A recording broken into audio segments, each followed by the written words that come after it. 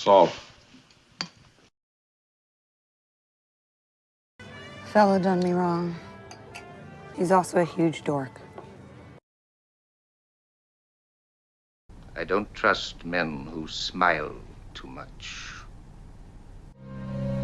Good, honest hatred. Very refreshing.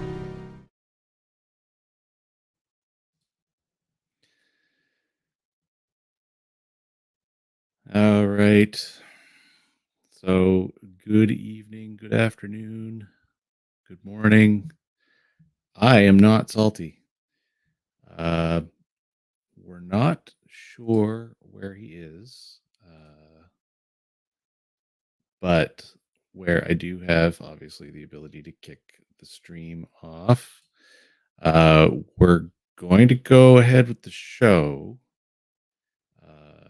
Danny and I have already reached out and to try to see if we can get a hold of him, but we haven't seen anything back from him yet. So let's be hopeful that everything is actually okay, or at least under control. But we'll keep the show going for the channels, and we'll go from there. So in comes Danny. Hello there. Hey, man. Hey.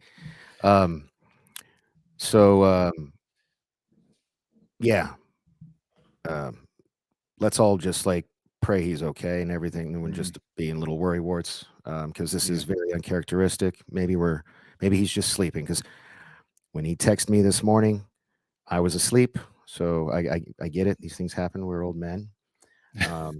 Yep.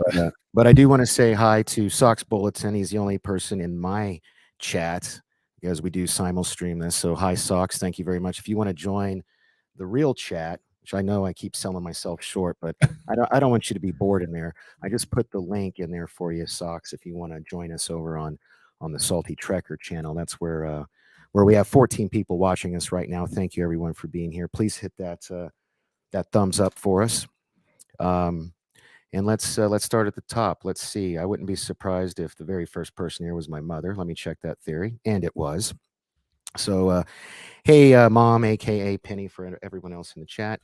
I hope church went well for you. Next, we had Thomas Potts. Hey, Thomas. Always a pleasure. 47 Yorktown. Kronos is in the house.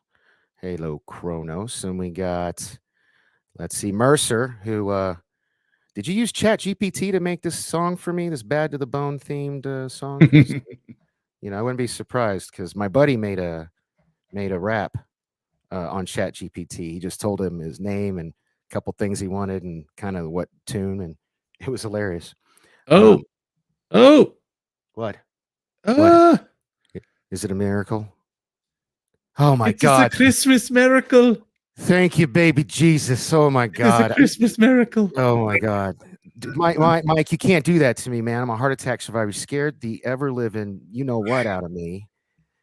Oh, my God, man. Thank you, Jesus. All right. I'm so sorry, guys. No. We were just worried, man. You had thank God. Oh, my mind went to the Stanley's in the house. I want to finish this up while you're getting set up. Yeah, good. Stanley, thank you for joining us. And then let's see. Did I get everybody? No. Guy from Red Bank. Hi, Guy from Red Bank. Do you guys know him? He looks new to me. Yeah, Guy from Red Bank's an old friend. Oh, right on. So that's everybody here. So now that I can say since you're alive, so what was terrifying was that you'd already set up the room and your camera was on, and so when Jason got in there and saw that the camera was on, the room was empty, and the room was empty, and we didn't see your chair. So he's like, "Hey, Danny, get in here." So he sends me the link. I get in there, and I'm like, "Oh my God, he's dead!" Like I started freaking out, So yeah, thank God. I mean, like, oh my goodness, oh man, like. You see, it was all just a plot to get you to say thank God. That's hey, whew. Yeah, it worked. Well, and a little bit of housekeeping, since I've been open with everybody anyway. We need to start the show either early or late tomorrow, because at 3 o'clock I find out if I have cancer or just some other problem. So I can't be here at 3 tomorrow. All right. during my Oh. time, which is when we start the show normally. So Right. Well, why don't we talk about that after we're done? Okay. Here. In the Okay. meantime, this is entirely on me because I will tell you. Did you fall asleep? Yes, and Okay. the reason is because I've been doing battle, if you will, with the Department of Health and Human Services here in Tennessee. And I was just exhausted. Yesterday, I was on the phone with them for no less than 7 straight hours. Good God. And so it's just physically exhausted from all that. And so Are you using your camera mic? Because you sound really hollow today. I might not be set up properly. Because I haven't had a chance to check anything. And I wasn't going to give you any slack for this, Jason, but since now everything's okay, notice how I shaved like right before the show. See that? Oh, actually, Mike got a laugh as at an this. android's bottom. He got to see this. I showed him on Sunday real quick. There was a bit of a mistake. I thought I was clipping a tuft of hair on the back of my head. Oh my! Oh yes. You got a self-made little bald spot there, huh? Anyway, I had to. And it's very, very close around the sides here too. Yeah. just embrace it. Shave it all off, and so the sides of my head are now actually shorter than my beard is at the moment, which is really annoying. That your beard. Hey, it's hard. Men like us who just exude testosterone, which I found out is actually could be a reason I have the testicle problem. We just grow hair. Like my hair is in a constant state of growth. Like you can feel heat radiate from my face right now because I just shaved. Like I drive my face or my wife nuts at night. She goes, "You're in bed, and now that bed is too hot. Go away." Yeah. Need one of those mattresses they sell on the Kevin Nash show. I forget what they're called, but the ones with the cooling, the cooling thing in it. Oh, that would be nice. Yeah. Dear God. Okay, I'm so yeah. I need an emergency contact number for you. I called my mom, seeing if she had your wife's phone number. That would not have worked because I don't know if Jason tried to call me or not. But I texted you. And we both called Skype you, too, texted you. I was talking about getting your wife's number. Phone's right here. Oh, awesome. Yeah. So that was helpful. Here's what happened. So I finally got the stuff taken care of, and I was like, okay, I got to lie down for a few minutes. And this was like almost 6 hours ago. And so I was like, okay, I'm going to lie down for a minute. And my wife's like, well, should you get your phone or anything? I say, oh no, we got plenty of time. And then just a few minutes ago, my wife's like, I know I told you should get your phone or something, but should you be on your show? Because it looks like it started and Jason's out there. And I was like, oh, crap. And I'm like, oh. See, Jason, that was a good idea. That was a good idea, man. Because I didn't know what to do. I was like, I don't know what to do, man. I don't. It's like, yeah. But anyways, I was saying to Danny, all because you and I were messing around to see what trouble we could get into in Streamline Yards one day. Yeah. Well, you got a super chat. And thank you so much, Thomas, for the $5. Says USOAB. I had you worried. You had me worried enough. I was about to ask Matthew to get a message to your wife. Of course, I probably wouldn't get a response. Yeah. That's what I was saying. I called my mom to see if she had your wife's phone number, and Jason was like, I don't have it. Yeah, I don't know. I think Matthew, is probably the only one that had her number. See, that's what I'm saying. Emergency contact. Us old farts, we need those now, man. You got my mom's number and my girl's number. Or we're gonna you're gonna have to get a beep or two or something. Yeah, life alert. Yeah. And so, unfortunately, I don't have the download ready yet for The Mandalorian. Oh, no, we actually discussed that. So he and I don't think it'll help you any. We have it pulled up. I know we cannot share Disney Plus, but we have the show pulled up, and we were just going to kind of play it there. Well, and so it's downloading now, but it'll take a little while. But we can show. Well, we can talk about. Did you a couple things since I saw you guys last, and maybe that'll kill enough time. And Guy it's pertinent. It's great to it's great to see you too, buddy. I haven't seen you in forever, so it's awesome to see you. So. Yeah, glad you're doing okay. Anyway, go ahead. What are you gonna say, Dan? So, a few trailers have dropped since we last saw each other. There was I don't know which one you want to talk about first, but we had the Indiana Jones trailer, we had the Ahsoka Mhm. Tano show trailer, we had the Wendy and Peter trailer. I think there was another one.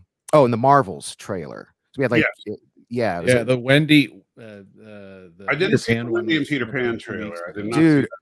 I tell you, Jude Law's playing Captain Hook, and he is unrecognizable as Captain Hook. It's like bizarre. So Yeah, So- it's very weird. I didn't even realize until you said now that it was even him. It's very Yeah. weird he pulled that off because I just My big problem with the Wendy and Peter Pan film of what they've shown so far is that the Lost Boys aren't the Lost Boys; they're like the Lost People. But they even say that in this new trailer. She goes, "Hey, we're the it's one of the girls." She's like, "Hey, we're the Lost Boys," and then Wendy goes, "But you're not all boys." And then one of the girls goes, "So?" Like, so they're just. I don't think they're being woke. They're just kind of like saying, instead of being like X people or Lost people, you can call us the Lost Boys. It's fine that we're girls. We're no, but there's Lost Boys. actually a writing method built into the original Peter Pan story. The reason why the Lost Boys were the Lost Boys is because it was a representation of young men not being willing to grow up, and it's actually leaned into. If anything, the original Peter Pan was very woke in a very in a real sense. In that it was Peter Pan was about men and the difference between men and women, and that's the whole point of Wendy. Why Peter needed Wendy. But at the same time, Wendy needed Peter. And so it's kind of the writing is much deeper than people give it credit for. Yeah. And so unfortunately, by making the Lost Boys Lost People, don't get me, it might be a good movie, don't get me wrong. It might be fun, it might be entertaining, but it shows that the writers don't understand the deeper meaning of what Peter Pan was all about. If you want to liken it to something recent, them doing this with that storyline or that particular plot point is the same as when that pastor said a woman. Yeah. That whole a man, So, a woman thing. are we going to look total at the misunderstanding? So, are we going to be looking at the side of your face this whole show? Do you need to like move your camera? I mean, there you go. Look into my eyes. Another trailer I forgot to mention. the Continental. I'm still trying to get things set up. I apologize. No worries. Another trailer I saw that just came out was for the Peacock series based off the John Wick universe called The Continental, and I get these notifications for stuff. I didn't hear and it goes The Continental starring Mel Gibson. I'm like, oh wow, really? You watch the trailer? He's not in the damn trailer. Like it felt like so clickbaitty to me. I was like, what the hell? That's kind of I wonder who he's gonna be. Like, is he gonna be, because it's set in the 70s. So I wonder if he's going to be like the hotel manager. Although Winston's pretty old, so wouldn't he be around? Well, I guess maybe he's not that old. Yeah, but Winston. I mean, if it's set in the 70s, this would be before Winston took over, probably. Yeah. So young Winston Scott being played by Colin Woodell. Yeah, so Winston is probably the bellhop or something. the concierge guy. Yeah. So does it say who Mel Gibson's playing? He's probably running the place. He plays a character called Cormac. Okay. IMDb doesn't say anything other. They've got all of the credits in here for the first episode. Mm-hmm. So they have an adjudicator, they have a concierge, they have a tailor, they have Ariel Ballet. Welcome to the party, pal. Sorry. What Sith stuff? Do I have Sith stuff? I don't remember having Sith. I don't know. But you're definitely still not on your main mic, though. Yeah, you're definitely not on your main mic. Not? Oh, I thought I fixed that. Let me take a look. Yeah. Unless you just don't have it pulled close. Yeah, maybe. Yeah, you're definitely not on the main mic. It sounds like it's your webcam mic, is what it sounds. Yeah, I was gonna say it sounds like I'm on like a Teams meeting. Yeah. Right. So if you hadn't seen either of those of the other trailers I mentioned, did you see Ahsoka? I watched Ahsoka. Yeah, Ahsoka I saw. That looked good, right? Yeah. I don't know what people like 8 times. Yeah. It like, oh my god. Yeah. Is that sound right? Yeah. Well, I mean, there you go. Yeah. Put that right there. All right. Yeah, Ahsoka. And I mentioned this to Jason right when the trailer dropped. If it works on two levels. A, if you saw Ahsoka in Mandalorian season 2, um, and you like Rosario Dawson as Ahsoka Tano, it looks like she's going to do some serious butt kicking, and it looks like it's going to be a lot of fun. Dude, and they got And Mary also- Winstead in it too. Yeah, Yeah. it looks like it's going to be a lot of fun. But also, if you are interested in the Rebels storyline and everything, this is Rebels the series. It's not Ahsoka the series. And that's the funny thing. Like, and I'll tell you, Danny, because I'm just now starting to watch Rebels because I never got into it. And Jason kept saying, "Oh, you should watch Rebels." And but like my friend Taja has been like getting on my case. Watch Clone Wars, watch Rebels, watch Bad Batch. Like apparently Bad Batch has got something to do with Mandalorian or something. Right. So I started watching Rebels, and guess what? This looks like a trailer for a live action version of Rebels, because almost every character you see is a character from Rebels. Like that pink haired girl, she's a Mandalorian from Rebels. And that's Sabine Wren. She was the one who actually got the Darksaber before. She was the one who got the Darksaber and handed it to Bo-Katan. Right. And so she's, and then the person she's looking at on the hologram is Ezra, a Jedi from Rebels. And then that droid is named Chopper, who's from Rebels. And so Harrison Dula, the pilot. Is also so there's a lot of characters that are taken directly from Rebels. And of course the big purple guy Zeb that we saw in last week's episode, right? He's also from and I know Mercer put in the comment, thank you for highlighting that. Mercer put in the comments they don't like that these shows are intertwined. Well, it doesn't bother me. It's all Star Wars, it's all one universe. And if they're trying to make the Rebels into a larger universe type of show, I'm fine with that if it's done well. I mean, I think though the reason why I brought his comment up, and maybe even this would have in a different universe, fixed some of the issues that we've all kind of had issues with these shows, especially Mando. This season's been kind of wonky. Is that it would almost be better so that you can avoid the MCU problem, which is don't have 17 different Star Wars shows. Right. Just choose to have a Star Wars show. And if it jumps around from time to time, like 2 or 3 episodes are a story arc for this, and then 2 or 3 episodes are a story arc for that. Right. And if like we talked about last week. And if you want to still maintain Din Djarin being like the wandering minstrel sort of guy, have him show up in a single episode every other 5 episodes or something like that. So I just want to say, I guess apparently Mom is heading into a Bible study. So enjoy. Rub-a-dub-dub, go God. Rub-a-dub-dub, go God. Wow. The only other prayer I know is the Lord's Prayer or Hail Mary. Yeah, that's a little better than rub-a-dub-dub, go God. Just wow. Oh, actually, I know that other one. When I was a kid. Now I lay me down. Oh yeah. That one. The don't. It's a very dark one. Please God, don't kill me. Prayer. Yeah. That's like that's the one. If you know any French, and I think 47 Yorktown is in here, and I think he speaks French. I don't know if he was raised French culturally, but there's a song Frère Jacques. Yes. And oh boy, if you read that in English, like it sounds all because you got that romance language, and it sounds all. Yeah, I only know that because that episode. Oh gosh, of Next Gen, where where Picard is stuck with the kids and they're climbing up the turbo shaft, and he's to get their minds off of. They're doing. They start. What's your point about the song? What does it actually mean? I don't know what it actually means. Well, if you read all that opening verse is just Brother Jack, are you sleeping? Brother Jack is dead. Oh, nice. Man, So- that's dark. oh, that's right. Isn't Yeah, that song that's about like the brothers. lake? Like this is an old song. It's Yeah. like, oh yeah, exactly. Chronos too. Hush, Little Baby, This is how worried my mom exactly, it's the was. same thing.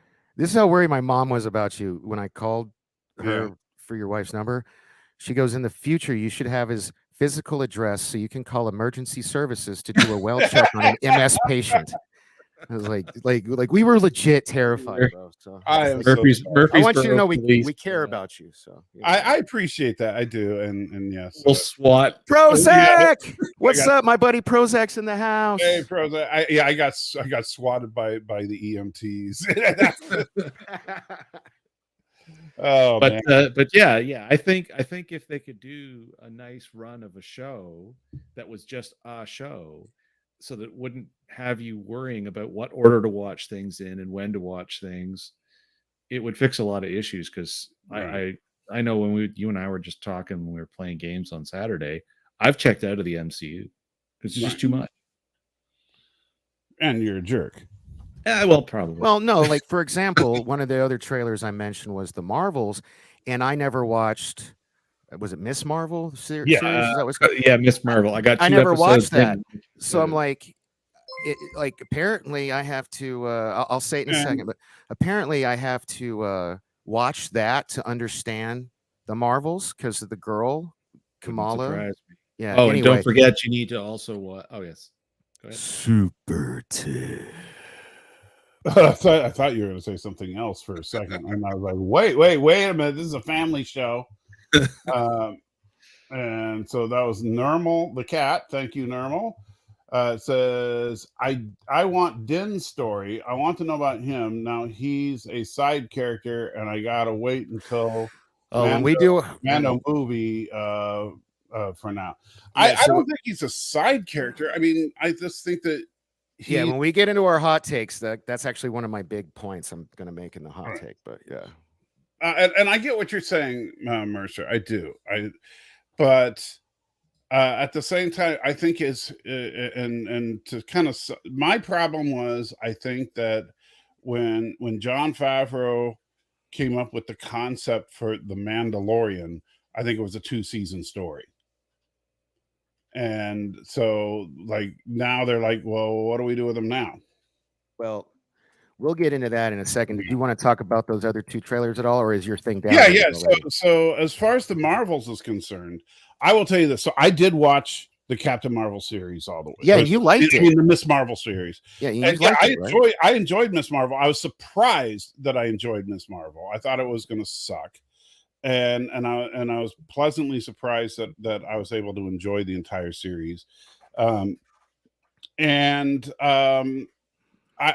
think, I mean, the way that they're setting this up, honestly, do I think that you're going to have to have watched the entire series to understand the movie? No, I think you're really going to just have to know who Captain Marvel is. Because Photon, I know her from WandaVision, right. But you know what? From the previous movie, because she was the little girl in the previous movie. But I'm going to say, I think that it's going to be more that you know her as a little girl than you knew her from WandaVision. I think the way that they do the Marvel stuff, and I think this is kind of smart, and Disney should learn from, or not Disney, but Lucasfilm, because they're all Disney. But Lucasfilm should learn from this a little bit, is that Marvel tends to keep the movie references to other movies, even though the movies and the TV shows cross. They don't, like, say in the movies, say you have to watch the TV shows to understand the movies. They'll recap for you. I feel like if you didn't watch WandaVision, or let me rephrase this. I feel like if you went and saw Doctor Strange in the Multiverse of Madness and you had not seen WandaVision, you would be terribly confused as to why she broke so bad, and to where she's murdering people. Yeah, I think they explained it enough. I think that she. I mean, every other movie she's a superhero, and then in this movie, all of a sudden she's the big baddie of the movie. Like Happy Walk Through the Woods that isn't a Happy Woods, and then So ever since Ariel mentioned it in the chat, now it's all I can focus on. There's something weird with your mic. I don't know if it's auto sound correction, but you're going like, even though your face isn't moving, Like Yeah, it you're sounds talking, like they're you're up talking about close, and Jason, then right? yeah, and then it goes Yeah. away, and then it's up close, it goes away. It's that same problem I've complained about from you before, Jason. I don't know what it is with your mic. Yeah. No, I think if you go into the audio settings and just I'm gonna just uncheck tune down. I'm gonna automatically punch adjust mic, just uncheck that one. I think It that's is unchecked, but I'm gonna turn down the Oh. mic volume and just Okay. see. Oh, echo cancellation is. And Oh, Normal, and we got another super tip. and Normal says Mandalorian was streamlined and simple with a Western sensibility. Now I have to keep track of 4 ships and a movie years from now. Well, you don't have to keep track of a movie years from now. I just follow the story as it comes. I mean, I know there's a movie coming years from now, but I don't worry about that until the movie comes. You know, All over your face, neck, and chest. So were we done talking about wow, that dude, trailer? really? No, you're still very low. I don't know. I think I'm going to skip the Marvels, to be honest with you, because I don't feel like doing homework, watching a television show I have no desire to watch whatsoever. And then the other trailer was Indiana Jones. No, you're still very quiet. Like now you're worse. You can't hear you. Wow, and I turned the volume up. Try turning yourself up in StreamYards. In StreamYards, see if that helps. Yeah.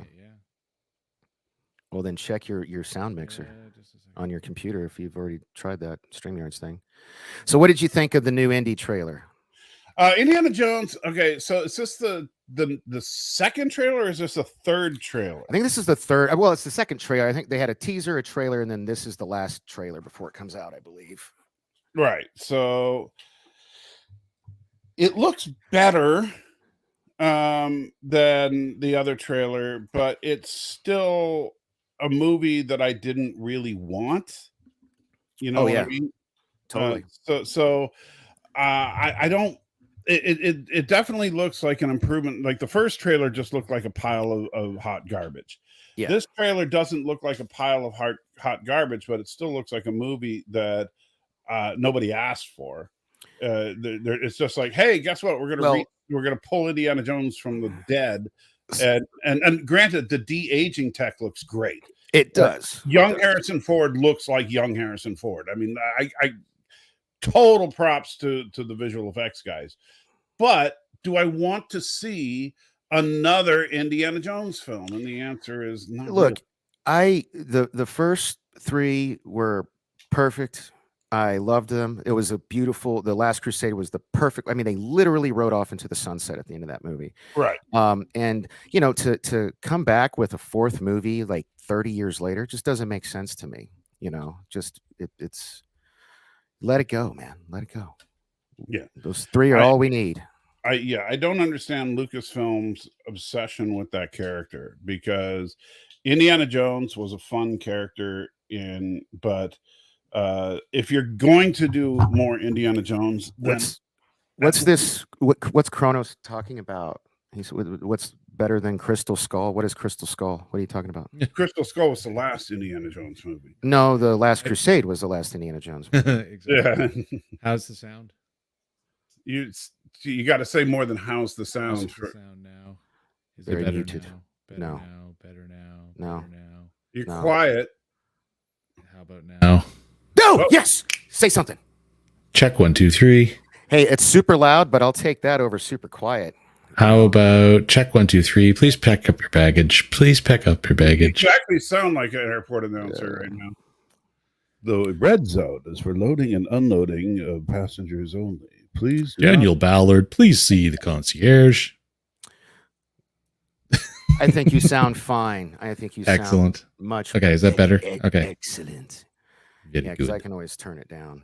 You know, if it bugs me. Oh yeah, for the thing. I just don't want to blow out everyone's ears on the stream. Yeah. Yeah. Headphone warning. Yeah. So I do think. Okay. Yeah, Ariel. Again, I don't know what you're talking about. So, did we effectively kill enough time, or do we need to get Jason's takes on these trailers? Yeah, we're about halfway through downloading the Mandalorian. Right Holy now. God! Oh okay. mercy. Well, that's going to take too long then. Okay, so we may have to talk about the Mandalorian without visual aids. Yeah, well, I'll just we'll talk it through off of the Disney Plus play here in a second. But as far as the Marvels, I'm definitely. I'm not. I'm basically not even intending on watching anything other than Guardians as far as any other MCU this year. Yeah. Unfortunately, your mic's doing it again. We'll just deal with it later. Okay. I agree. I wholeheartedly agree. And I think that Guardians 3 will be a good jump off point for a lot of people. Oh yeah. Jab. Yeah. Let's try one more thing here. Well, you sounded a little bit more Famous consistent. last words from Jason. Yeah. If he says, "Let's try one Hey, more thing." Kristen, welcome to the chat. Thanks for joining us. So I think Guardians 3 will be a good jump off point for people like us who are kind of, or at least people like me and Jason are just kind of over Marvel. It seems like it's going to be the end of that story arc. We get the feeling a few people are going to die. And then I don't even care about. Yeah, well, without Spider-Man, I just don't care anymore, No, and even Spider-Man, I mean, Spider-Man's been kind of hit or miss, with the latest one being great, mostly because it just had so many Spider-Mans. Yeah. So. Well, I'm still enjoying Marvel, but I understand that, some people don't have as good a taste as me. So that's. Oh my God. Says the man who shilled for She-Hulk. But that's all right. I enjoyed She-Hulk. So. I know you did. That's my point. Yeah, I didn't shill for She-Hulk. Look, at least I'm not the freaking fandom menace going around being total hypocrites when talking about Picard. So so there's that. Okay, I don't know what you mean by that because you and I think we pretty much disagree on Picard. So, speaking of hot takes. All right, so let's get into the hot takes portion of today's program. So, Jason. All right. All I have to say is they are really driving me around the bend, just like about everybody else. Picard to a certain extent in different kinds of ways, and that is with pacing and slotting in story elements, editing, whatever you want to call it at this point, because we blew 40 minutes of an episode in the early part of this season so Lieutenant Biscuits could go talk to a freaking probe droid. Yeah. Literally, that's it. They blew 40 minutes of content to set up for a comms officer to go talk to Moff Tarkin, or not Tarkin, Gideon. Like this is the kind of stuff that irritates me. Yeah, as it should. Like, it really annoyed me. And then the other thing the other half, if there's going to be two halves of my hot take, is the fact that we've got Project Necromancer, which we'll get to when we get into the episode, which basically is more and more solidifying the permanence of the sequel movies. Exactly, because Gideon, he's walking past all those. I guarantee you those tanks are full of those Palpatine clones. That or Jedi attempted clones, because remember, that's why he wanted Grogu. So yeah. But yes, Stanley, that's the Emperor Resurrection thing. Yeah. So. Well, and they introduced Hux at the same time. So that's his father, played by the actor's brother, by the way, which I thought was interesting. Oh, that's funny. Yeah. But at first I thought it was the same character. I was watching this last night because Matt Vader did a watch party on Discord, and we watched it together. And I was like, "Oh my God, is that Hux from the sequel series?" He's like, "No, these are all new characters." I was like, "Dude, it looks just like him." So we looked it up, and the reason it looks just like him is because it's his brother, but he's playing the dude's father. Interesting. So, Interesting. That's weird. Well, we'll get it because isn't this just like 20 years before? It's 20 years, so that means little Hux, who gets embarrassed and made a play toy of but little Hux, the Dark Lord. So what? Little Hux is probably like 15 right now, so he's like 35 in that. Yeah, no. So what tracks? Was this Hux like 8 years old when he had baby Hux? No, this Hux is probably no. He's an adult. Yeah, I it's don't 40, know. 50 to me, you know. Yeah, yeah. Probably, yeah. I don't know. I just something just doesn't add up. It doesn't seem right. All right, go. All right, but That's Danny, it. All right, so here's my hot take. The Mandalorian is no longer the main character of this show, and it's effing infuriating.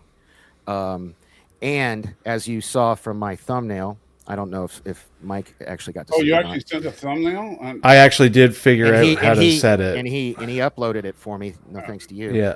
But it is so Make it terrible. sound like it's my fault. You should have sent me a thumbnail like a week ago. But Dude, what are you talking? I didn't even watch the A week episode ago. till like midnight. Because they don't release anything. They don't tell you the name of the episode, and they don't release any like pre. Do you know stuff. the name of the episode wasn't even on Disney Plus's streaming service? Yeah, it wasn't. It just It's crazy. Chapter 23. Yeah. And we'll get into that in a second. The title, because I don't understand the title. But it's blatant. Like we got a woman taking over the lead, and we've got a brand new toy for everybody who loves Grogu coming out, the Krang mech suit or whatever. I don't know. There was a lot of this felt the most like Star Wars to me than anything else this season. The bar was very low, so it's very easy for me to say this was the best episode of season 3 so far, but that's not saying much. And for me, it's like almost too little too late. It depends. If next week's episode goes back to sucking, then yeah, like I don't have faith. Like if I weren't doing this show after last week, because I just couldn't. After I called you about that terrible episode 2, and you made me go through it, and then we watched this more terrible stuff, and then they have Lizzo and Jack Black and Christopher Lloyd in like a very bad Saturday Night Live version of Star Wars.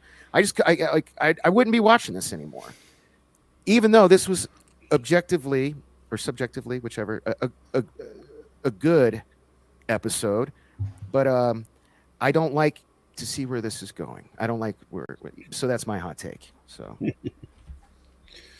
well, I'll say this. So I think that I agree with you that on some of it. Like, why was this episode even called Spies? I don't know. Yeah, like what are the spies? Thank you. Yeah, like if they were called the Secret Cabal. Okay. Or no, what was the name of the group? The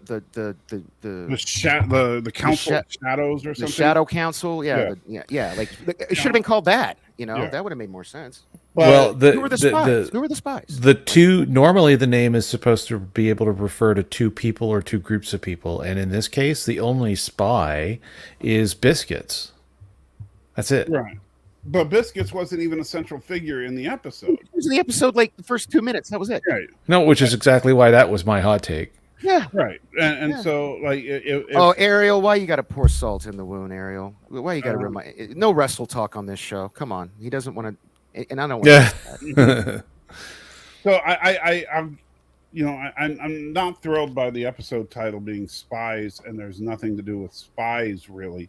Yeah. As much as, like I said, if it was like if this was called The Plot or something like that, I could buy that. I think the Shadow Council would have been a good name, but I will say, because I've got it playing on mine, when Biscuits talks to this droid, it is a beautiful looking scene, and it feels very much like Star Wars. But because it's her in the scene, all it does is remind me of that, basically Jason's hot take of like the worst episode of Mandalorian. Why did they waste so much time setting this up for her to talk to this droid for 2 minutes? Well, and it did. It didn't. I know we talked about it before. They should have broken that up into little 5-minute segments in the first few episodes. An entire episode just being her and frying that Dr. Pershing. Hey, GK Design, is this somebody new? I don't know. Yeah, I think so. Well, welcome to the party, pal. He says, did you see the meme of Christopher Lloyd in The Mandalorian and Doc Brown, Christopher Lloyd, the man in the DeLorean? That was better writing. I did not see that, but that sounds funny. I like it. I wonder. That sounds like something that Major Grin would put out. I wonder if it was him. Yeah, right. So, that being said, now as far as your complaint about Mando not being the main character, I disagree. I think he's the main character. I just don't think that he's the main plot point. He took He's a backseat to Bo-Katan. Now he's the no, damsel in distress. She's going to have to come save him. Bo-Katan. Well, Bo-Katan is the leader of the Mandalorians, And he does the whole thing like he's like, I will serve you until your story is finished, or right? whatever your story But is being written. think about this: Mando was never the leader. Like in the first couple of seasons, the leader, But in a show called The Mandalorian, right? But but Din Djarin was never the leader of the Mandalorians, right? In the first Well, two no, yeah. seasons, that leader was the armorer. But what does the leader have to do with anything? We're following his story. Right, and we're It's still called- following his story. We're just following his story as a servant of Bo-Katan. So, so define so servant. there's one other problem though, Danny, and I briefly talked about this with my son tonight. Anybody who, believe it or not, anybody who's making too much hay about the lack of it seeming like this show belongs that a- to Din. Is that a Canadian colloquialism? What is that? Too much hay? What does that mean? Is that a Canadian thing? It's an old farming saying. Yeah, that's not a Canadian thing. It's just farming. Is that And like too much fuss? Is that kind of like Yeah. kind of, yeah. Oh, okay, all right, go ahead.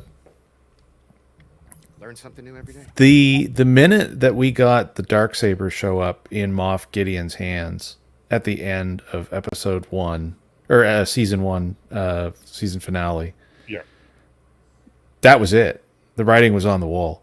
right. So the problem that we have is, and this is where, and I've watched some of the rumor talk around this, and this is where there is a definite level of likely truth to it, is that when Grogu became this insane marketing mechanism, the bean counters got involved and upended everything with how they decided to do the Book of Boba Fett, and required that Grogu come back and be front and center because marketing. And you could tell that because in season 3, Grogu's basically just a side piece who does sort of cute things from time to time, and in ways, like to your point, Danny, about, now he's got a little robot walker thing for him. Which is You know. adorable. Well, it reminds me of Krang from Ninja Turtles, and I tell you, I'm surprised there's Yeah. not a toy out already. I was, Oh, that they probably are like. Oh, and it's gonna have buttons on the back that say yes and no. yeah, Okay. yeah. Okay, so I'm gonna actually be down in Florida in about a month and a half, visiting family. And if I go into the Disney store in Orlando and they already have that toy out on the shelf, I'll message you a picture, because yeah, it really wouldn't surprise me if it's already there. I know, right? And I like that thing. I thought it was great. It fit the character and it was fun. And yes, is it a marketing thing? Sure, it probably is. Yeah. But at the same time, you know what? If I were a kid, I would want that thing. Because man, who wouldn't want it's basically a Star Wars mech. And we can't get too upset because remember, and this applies especially to Danny and I, many of our cartoons of great favorites of the 80s were absolutely vehicles to sell vehicles. Yeah. Right. Oh yeah. Transformers, So- G.I. Joe, Yeah. He-Man. He-Man. Yeah. All of it, yeah. So really, I mean, as long as it doesn't take away from the story, and it really didn't. It's like it didn't interfere with anything. It was an annoying walk around the park to go from, we pulled IG-11's guts out and then we set him Now over he's here IG-12. and now he's magically 12 and he's got a pilot. So Stan Lee, you're gonna have to give me permissions one of these days. You should show this. I've ruined the kids on the Vespas because he says now they remind him of the Dimension X kids from TNT since I made the Krang reference. So. Oh my. Yes, that is true, Stanley. The He-Man toys did come first, and they made the cartoon to help sell them. Yeah. Yep. And Oh yeah. If you watch the Toys That Made Us, Yeah, there's a lot of really interesting backstory behind a lot of that stuff. great. Yeah, it's a great episode on the He-Man, the toys that made us. Yeah. Yeah. So Well, anyway, so the next, or go ahead. Were you done with your hot take? Or well, you kind of got sidetracked, Sorry. but that's okay. But the point was that was it a good episode? Sure, but as far as, and the other thing is that, and I know this falls into the, well, are you following the greater universe or not? If you're following the greater universe, then you already know Bo-Katan. You already know what her character represents, and so I don't see that her character as, oh, the lady is taking over, it's wokeness or anything like that. To me, it's just this, Bo-Katan naturally needs to take over because she's the only member of the royal family still around. Yeah, and then this is the part that we've talked about a few times, all of us. Yeah. Is the whole, I don't want to have to do homework to watch my show, which Right. ties back to why I put Mercer's comment up on the screen earlier. But then, because so that becomes the question of, okay, do we want a large interconnected universe or do we want a simple small TV show? yeah, And the problem is that we're talking about Star Wars. We're not talking about, like, if the Mandalorian was just some random sci-fi show, then the Mandalorian would just be some guy.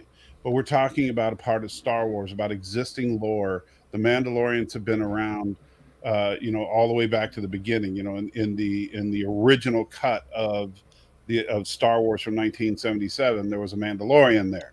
So Mandalorian's been a part of Star Wars from the very beginning. I really got to get a wireless headset. God, sorry. Anyway, Corsair, they're really good. So I don't think you can avoid the fact that there is larger lore about it. And it's just like if you were to try and do a Star Trek show and make it on a starship and then put a bunch of kids on it and ignore the fact that there's security protocols in place, and then expect people like me not to call that out. When you talking about Prodigy?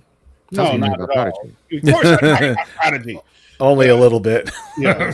Only a wee bit, laddie. Yeah. And so that's the problem. If they tried to make Mandalorian act like it's an isolated thing, then people like myself that are big Star Wars fans would be like, wait a minute, where's Bo-Katan? Where's the Darksaber? Where's this? Where's this? Where's this? Because they know that lore is out there. So this is them, and plus the executive producer of the show, David Filoni, wrote a lot of this lore. And so, he can't ignore the lore that he created. So that's probably why they hired him in the first place. And Ariel, yes, in 77, Boba Fett was in the original Star Wars, but then he ended up on the cutting room floor. If you look at the special edition, that's why he shows up with Jabba in the scene in the hangar with Han Solo. That was not him digitally added. He was originally there. Yeah, because they actually had a person being Jabba because they hadn't figured out what Jabba was originally yet. just a big fat dude just standing there. But Boba Fett was there all along. But yeah, so the Mandalorians have been around from the beginning of Star Wars. You've also got to understand that. I mean, there was a comic book of the same name, The Mandalorian, and I want to say, gosh, when did that come out?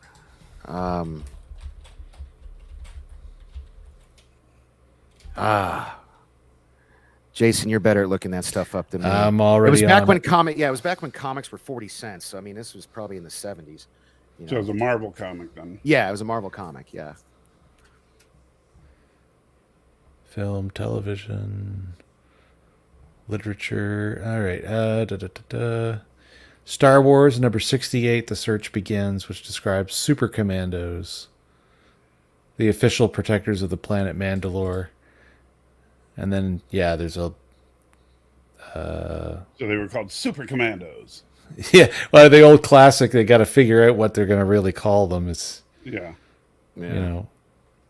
Yeah, I think Mandalorian sounds a little better than Super Commandos. Oh well. Anyway, Yeah, you keep going. I'll keep digging. so well, I guess we're done with the hot takes portion of the show. The show opens up with that scene we've all kind of already been complaining about. Miss Biscuits or Lieutenant Biscuits goes to talk to Gideon through a droid, and then we get kind of a scene that I like. Did anybody else notice it was really reminiscent of? Except they weren't on timed things, but it kind of reminded me of the those laser blast doors from Phantom Menace during the fight, the final fight scene. The security doors. Yeah, and where we had like just these, I don't know. I was thinking Stormtrooper, Mandalorian mashup guys. I was trying to figure out why the heck would he have that much security anywhere. I mean, if he himself is there and then he's walking past all these. The super stormtroopers are everywhere. Well, no, but these pods, we were like, I don't know. Oh, but during the meeting thing, yeah. Yeah. I mean, yeah, that's definitely tech that was left over from what they were doing on the other planet. Navarro, yeah. But still, those force fields and all that just seemed like complete overkill. Well, not only that, but this is on Mandalore, is it not? Where he's talking. It is, yeah, and it's right near the Forge. Which, for me, what this is Moff Gideon was. Well, he's been played out as a very sly schemer to begin with.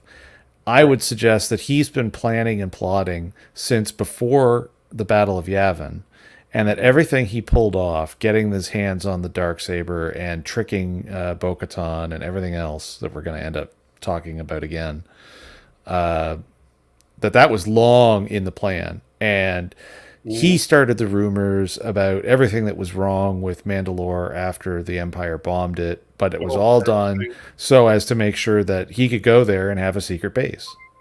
Yeah. And Anonymous tips $1. Thank you so much, Anonymous. Super tip. And it says, of course, some people love a streamlined personal story. Now I have to watch like 5 shows. My thing about cinematic universe that one movie or show can't fix another. Well, I get that. Well, and this is where there's a fine line, I think, between a effective cinematic universe and a clunky one, where you have to tell a complete story in each show, but you also have to show how each show is connected to the rest of the universe. Yeah. Without each show just basically being a setup for the next show. I'm gonna get some more soda. I'll be right back. Okay. I'm listening. Okay. When he gets back, I'm going to make some more coffee. But well, why don't you just do it at the same time?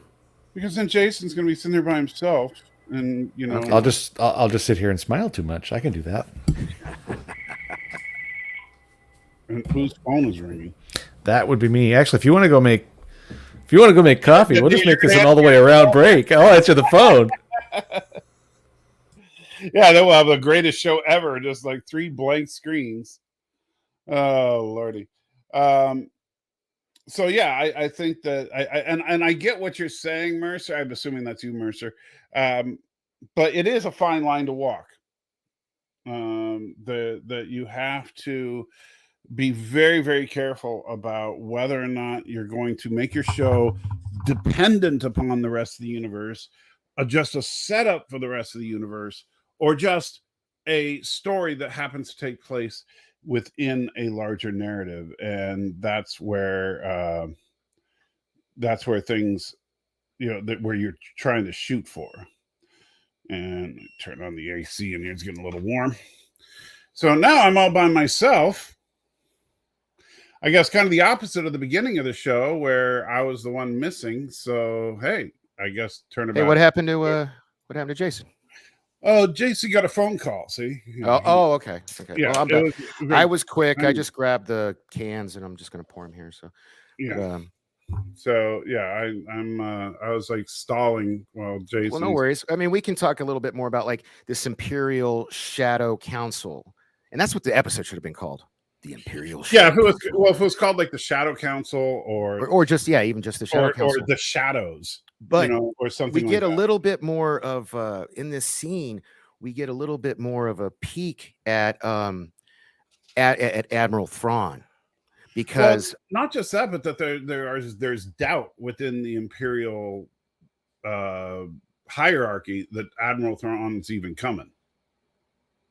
Because Moff Gideon is obviously making a power play here where he's like, yeah, sure. So you keep talking about Admiral Thrawn. I don't see him. Maybe we need a new boss. Oh, you're muted or something. Oh, I accidentally, the top. Anyway, so the guy with the mustache. Oh, the other Imperial guy. Yeah, he's a general for Admiral Thrawn in the what? It's not the EU anymore. What do they call it? The Legends stories, the non-canonical stuff. Yeah, which they're starting to make canonical apparently. Right. So you noticed he's the one who's all like, basically on Thrawn's knob, and well, no, because he is, and then he gets Commander Hux to kind of like, kind of agree with him a little bit, and then it seems like Gideon's just like, where is he? I haven't seen him. Let's make some stuff happen. Yeah. Right. So yeah, Gideon is basically, I think Gideon's trying to make his move, and where I think, unfortunately for Gideon, this ultimately is going to end up with Thrawn taking Gideon down, because we know Thrawn's coming. Yeah. If just from Ahsoka. Yeah. If you see the trailer for Ahsoka, we know Thrawn's coming. So that means that if either Thrawn is, going to enlist Gideon to his aid, or if Thrawn is going to be so so angry over the fact that Gideon was willing to challenge him that he takes him down. So here's the thing. Somebody in the chat let me know if you don't know, Mike, but we know Thrawn has been a character in Star Wars before. Right. He's been in the books, and he's been in and apparently I think he's been in the cartoons too. Yes. And so the cartoons are canon. If Gideon has not, if this show is the first time we've ever heard of him, Gideon is a new character in the Mandalorian. then Thrawn's going to kill him. Thrawn's just going to kill him. That's what I think. Then And so that's kind of where I'm thinking too. I'm actually surprised he's still alive at this point. I was halfway expecting Thrawn to show up instead of Gideon at this point in the series. However, I would not be surprised if we see Thrawn take Gideon out in the next episode. Like, if that's soon, huh? That'd be cool, but I think that's too soon. Well, think about it. We know that Thrawn is the big bad in Ahsoka, so that could be a good way to set it up. Is like Gideon has been the big bad in the last 3 seasons of the Mandalorian, and then Thrawn takes him down like he's nothing. But of course, then they got to do something with the Darksaber, like, so I don't know if Thrawn has any interest in the Darksaber or not. No, well, he just has in this scene, or go ahead, sorry, Jason. I was like, he just has interest in dominating and being the best. Right. Like when you get up into season 3 of Rebels and you start to see how they are portraying Thrawn, that guy is all sinister. So here's the thing: when in this same scene here, the Imperial Shadow Council scene, the Hux is asking, what of the research of Dr. Pershing's that you promised us, and he lies to them. You know what I mean? Because he was directly involved with having that dude's brain wiped. He had Lieutenant Biscuits do it for him. That's our suspicion. Yeah, he may not have, but I'm pretty sure that she was under orders to clean it up. Yeah, because they don't want anybody to know what he's up to. Well, I think it's more like this. I think that this Gideon dude, he's got all the research from that Pershing ever had. He's got it all. Yeah. And he's at a point where he's like, I don't need the dude, and I don't need anybody else getting this dude. And I want to be able to say that this dude got taken out by somebody who's got nothing to do with me, so I can tell the rest of the people in the Shadow Council that he got caught by the New Republic and his shit is lost, which is what he says to them. So he's playing both sides here, and I think it's going to be longer than one episode, but he's going to get caught by Thrawn, and Thrawn's going to just kill him. Really if he doesn't kill him, he's going to absolutely emasculate him to the absolute nth degree. Because this is something that I actually only learned this because I was watching Eckhart Slatter video at lunch today.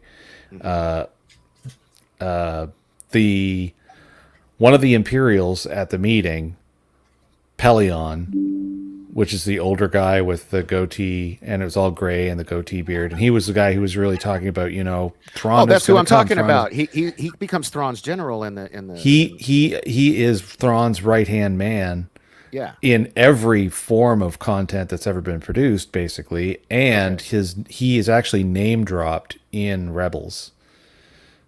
So he's absolutely Thrawn's, second in command already, basically, and if not second, then third. But just the same, he's absolutely dedicated to Thrawn. So it's going to get really interesting to see how they play this all together, because if actually the funny thing is if we take the name of the show and treat it the same way that they've mostly been treating the names of the episodes, The Mandalorian was never about only ever just specifically Din Djarin, and that the entire thing was always intended to be a vehicle to let me ask you, bring us into this. Is it like geese? Is Mandalorian singular and plural? You could say it's the story of the Mandalorian, as in the people of Mandalore. Exactly. Well, that's what I'm asking. Is it? Do you say? Well, you would say Mandalorians. You would say Mandalorians. So yeah, but to say the Mandalorian also veils things a little bit if that is what they're actually doing. Like, I'm pretending that they're being that smart. If that's smart, I'm also pretending it's smart. but it's, I mean, if that's the direction that they were actually trying to go with all of this, and double entendre off of every title name of everything, including the show itself. And generally, I'm fine with that, because one of the more interesting things that I've kind of picked up watching a fair number of shorter videos of people really, really upset about last week's episode and about the direction of the show in general this season. A lot of it sounds like people who've never watched Clone Wars or Rebels. Oh, like me. Well, and that's fine, but that also leads back into that other thing that we've talked about before, which it's crazy that they do things in such a way that you require to do homework. So if you're going to require to do, if you're going to try to avoid having to do homework, don't have throwaway episodes with Lizzo and Jack Black and 45 minutes of Lieutenant Biscuits takes the popsicle guy to the mountaintop. Like, hey. What's this? I had to step out for a second. You got a problem with Jack Black? No, I don't have a problem with Jack Black. He was great as Bowser, but he was just, I mean, come on, man. It felt like a Saturday Night Live episode. Him and with music guest Lizzo in a special appearance by Christopher Lloyd. And actually, I would bet you that's exactly why people made that comparison, because it had all the individual set piece elements for a skit off of SNL. And it's Kronos Salty's making coffee, and I don't know if I'm saying this right. Umbre Militos. Whoa, that's a Umbre yes. Militos. Anyways, hi, welcome. I don't think I've seen you here before, but Elia Kane is who we're referring to when we say Lieutenant Biscuits, because none of us got time to remember her name, but I'm glad you did. So thank you. Yes, and thank the Salty Nerds. They were the guys that came up with that. Yeah. So, hey, actually, while we're waiting for Mike, if you really like Star Wars and you would be interested in this Star Wars He-Man mashup design. Oh, that's You cool. can. This is one of my designs. Thank you. You Nice. can visit the link in the live chat right now at mixtees.com/He-Man Star Wars and use the promo code ThePopcast for 20% off your order. Very cool. I don't wear shirts. All right, Kronos. Okay. Well, Don't. That's TMI there. Okay. Hey, if I look like Dwayne The Rock Johnson, I probably wouldn't ever wear a shirt either. That or I'd wear one like 2 sizes too small. Yeah, I was gonna say you'd wear one that looks like it's painted on to begin with. Yeah, right. So, Oh, well, there's so the crew you were talking about. yeah, and at the very end of this scene, look, I like Giancarlo Esposito. Like, he's cool, but he was overacting. He was way over the top at the He end of this. kind of had it dialed up towards the end there. Where he's like walking in a circle. Long live the Empire!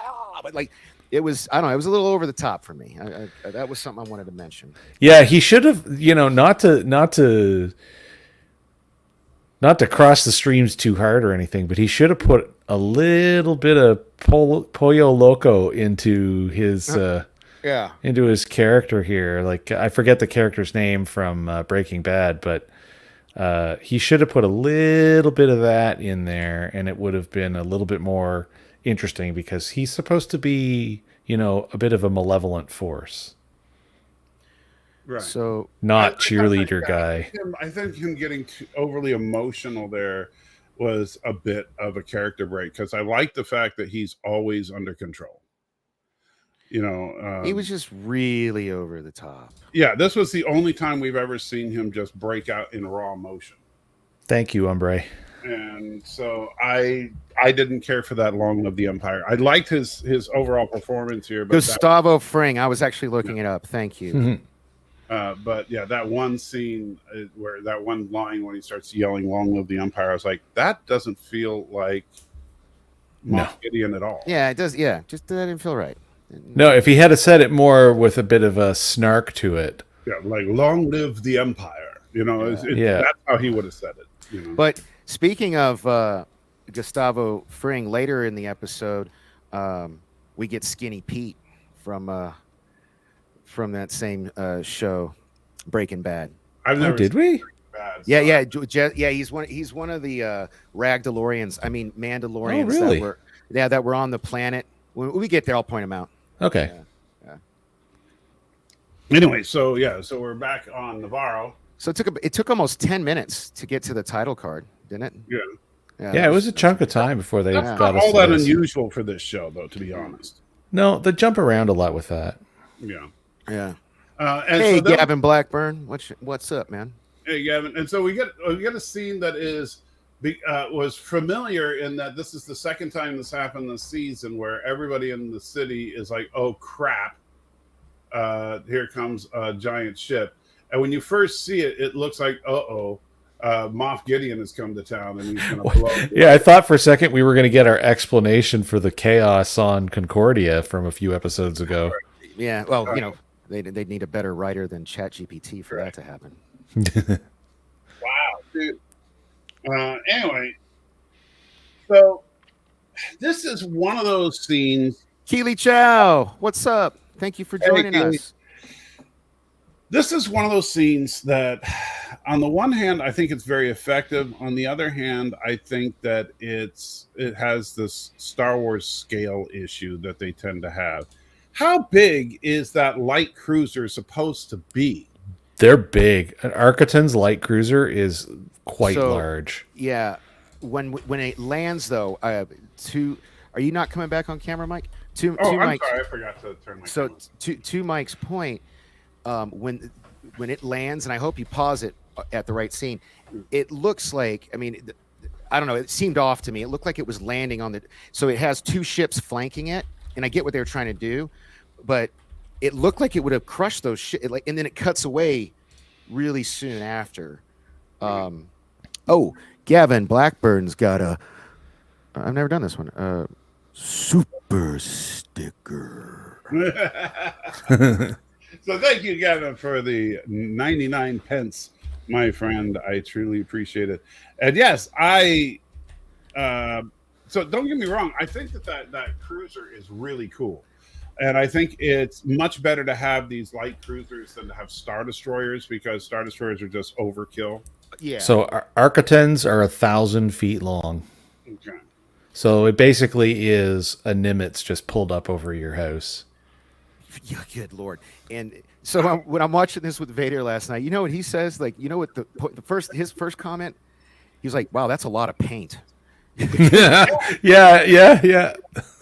Yeah, that was the other thing I was thinking. Whose job was it to paint? They got droids, man. They just spray that shit down there. Done. Yeah. Send one of those little bleep bloop guys with the tray in front of them out there. Just Yeah.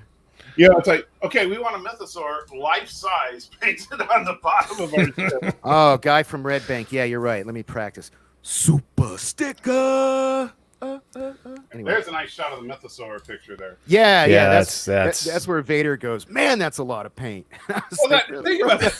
That's got to be, if that thing's 1,000 feet long, that means right around there on the width. That's got to be a good 200 to 300 feet wide.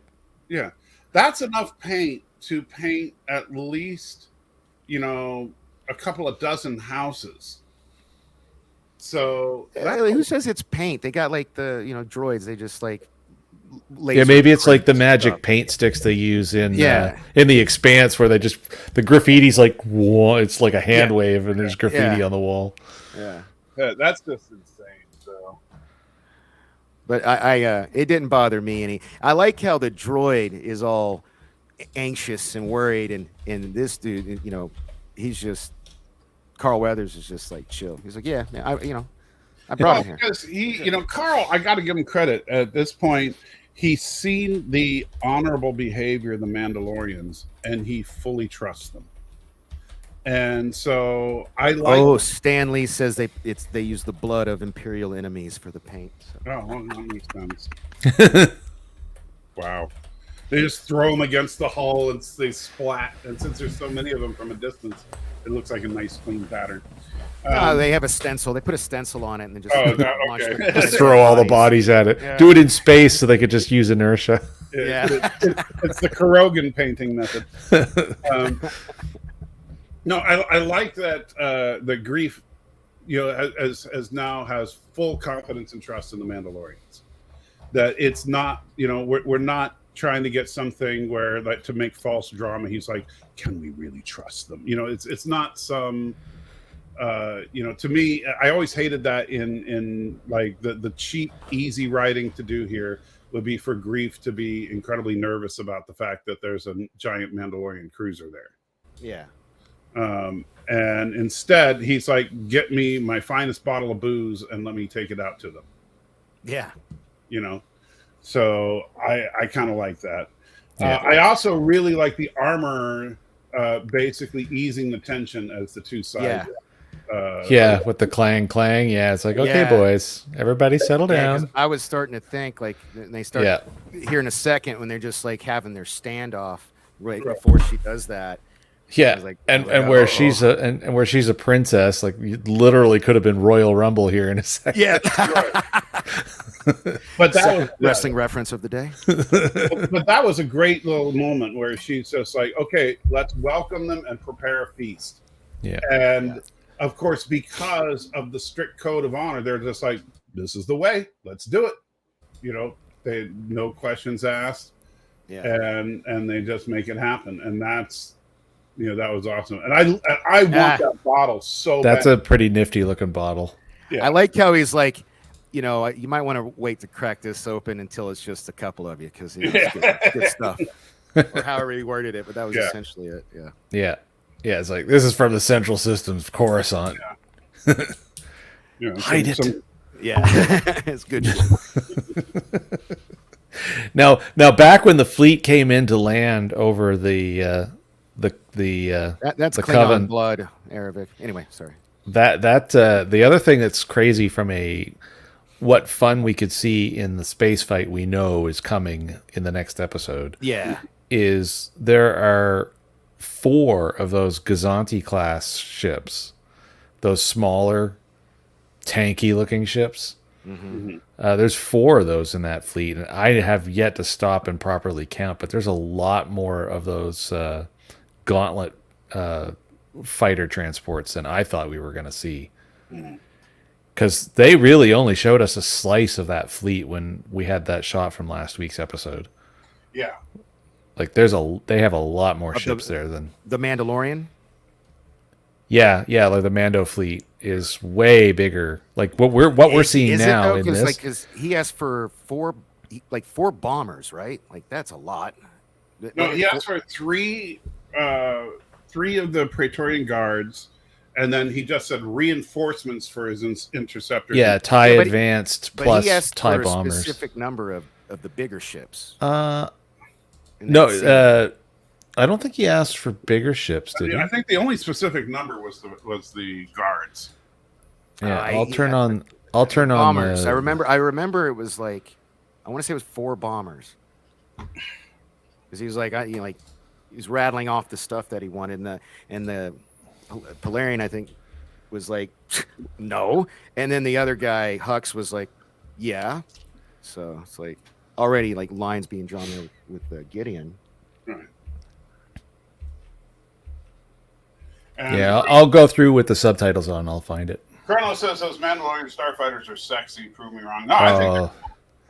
They're awesome. And the thing is that if you have enough people to fully crew them all, they are way deadlier than TIE fighters. Whew.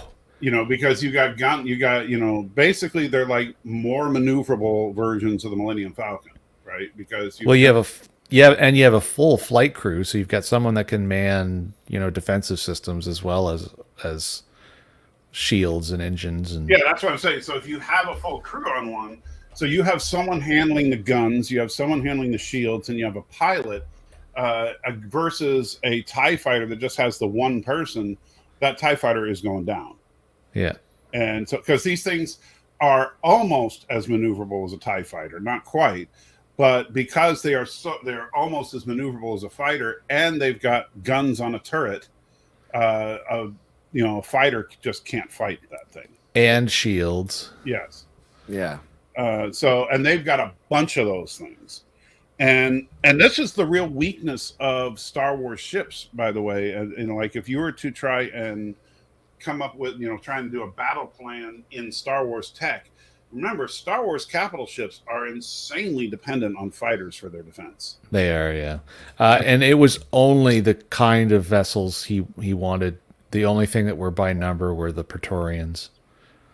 Yeah. So if you have those, depending on what happens, if you have enough of those Mandalorian ships to take down the bombers, you prioritize the bombers, then you take down the advanced interceptors, you could win that fight. Yeah.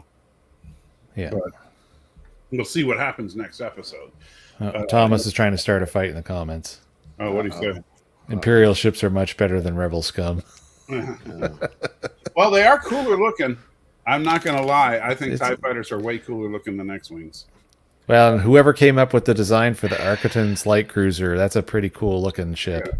Yeah, the Imp ships, and well, I'm glad this is the Mandalorian and not Rebels, because the Imp and the Mandalorian ships are way cooler looking than anything the Alliance has. So yeah, just being honest about it. All right, so moving onward from the booze, so then we get IG-12. And IG-12 being piloted by whatever you call that thing.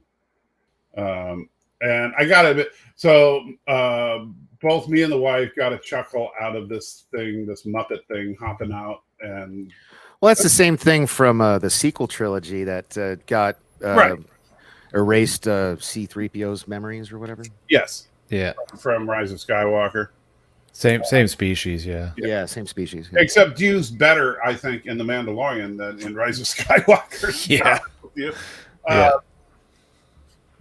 So this thing basically gutted out the self-destruct system and the memory systems from IG-11 to create an IG mech for little species to be able to pilot around it. Right there. You guys, seriously, from that, you're not getting Krang vibes from that? It looks just like Oh yeah, no, absolutely, yeah. yeah. There's some Ninja Turtles going on, yo. Yeah. Krang was adorable. Anywho. I mean, you don't want to run up and give Krang a hug. I mean, I don't want to give that little thing a hug either, but whatever. No, Yeah, but no. you want to give. Although he doesn't want to be hugged either, because I did like that he smarmed off about how Grogu was bad baby, too much hug. Yeah. But look at that. I mean, come on. And Bad baby, no squeezy. Yeah. And I love the whole, he's not ready for this. No. That was just awesome. Although my first comment, once they got down on the street, was that's going to have to get unplugged. Yeah. Yeah, because that was really annoying when they were on the street. It was, but the thing that was and what my wife and I were talking about when we saw that is how realistic is that? That a kid would do that. A kid would be smashing that yes or no. Oh yeah, totally. Constantly. This is why relatives always buy noisy toys for parents with kids. Yes. I know, right? And SVS Guru with a $10 super chat. Super chat. But I hated what they did with IG-11. He had heroic sacrifice in season 1. And what do? They defile his corpse. The shambling zombie as a baby stroller. Well, that's one way to put it. That's technically true. We'll call him Pram 11 instead of IG-11. That's yeah, That's technically true. Could you imagine if that's what if they just dug up the body of Quill from season 1 of Quill, and they just dug up his body and turned it into a pram? Oh, now we're going morbid. Push the button, and he would be like, "I have spoken." wrong species, but yeah. No, that's what he said. Remember Quill? Oh yeah. Well, He was one of the Ugnaughts, the guy that in the first season. He died in season 1. So you take his body, and remember, he made Grogu's floating pram. And so you take his body and you make a new floating pram that's just his body, and it's like a floating corpse. And Grogu hits a button, and it's like, "I have spoken." It'll be the same thing as IG-12. And Thomas with a $2 super chat. Super chat. Yet Pike could only beep. Yes, indeed. Yeah, I was getting really some Pike vibes. Yes, no, yes. No. That's a raw deal. He should have gotten the yes, no. Yeah. Well, he did. 1 was yes, 2 was no, or whatever it was. And yes, Miss Moneypenny is here, and Grogu, I think is what she meant, not group, is too cute. No.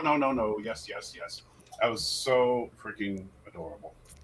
But yes, I do think that should be the next season. Is they take Quill's body and just have a rotting corpse for Grogu to float around in. What do you think?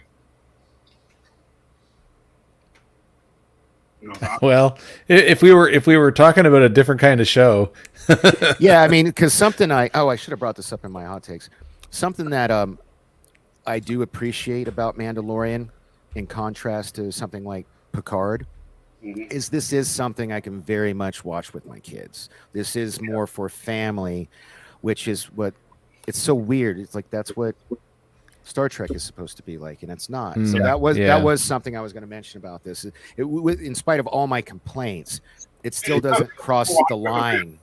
Yeah, it's broadly watchable by everybody. Yeah. It has death and destruction, but it doesn't have graphic content. It's not. Yeah, it's not gratuitous. Yeah. So yeah, this is the fun-filled scene where it's like, I don't think so, and Grogu keeps hitting the button. I like when Grogu tries to run away here and slams into the wall. That's just awesome. Somebody's knocking on my door. I'll be right back. All right. Okay. There's Grogu getting some food to the market. Now, back in the office though, I really got to wonder about that protocol droid if it was abused or something before, because man, it is terrified that anything bad ever happens in that office. It's trying to catch everything that's getting knocked over, like his life depends on it, and well, it probably does. Grief is probably the boss. Yeah. and then now Grogu has a higher reach. And by the way, props again. And I know this is not the first time we've seen IG, but a lot of people don't stop to think about this is a puppet. This is a practical effect, and now we have a puppet in a puppet. Oh yeah, this is there's a puppet driving a puppet. Yeah, your argument is invalid. yeah, we have a puppet driving a puppet holding a piece of fruit. Your argument is invalid. Who's playing the governor?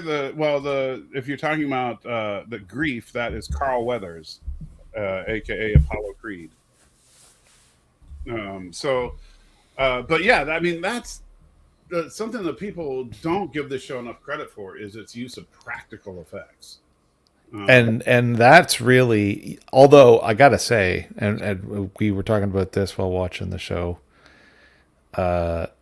the detail down to the greebling and the shadows off of it on these ships is amazing because it's CG.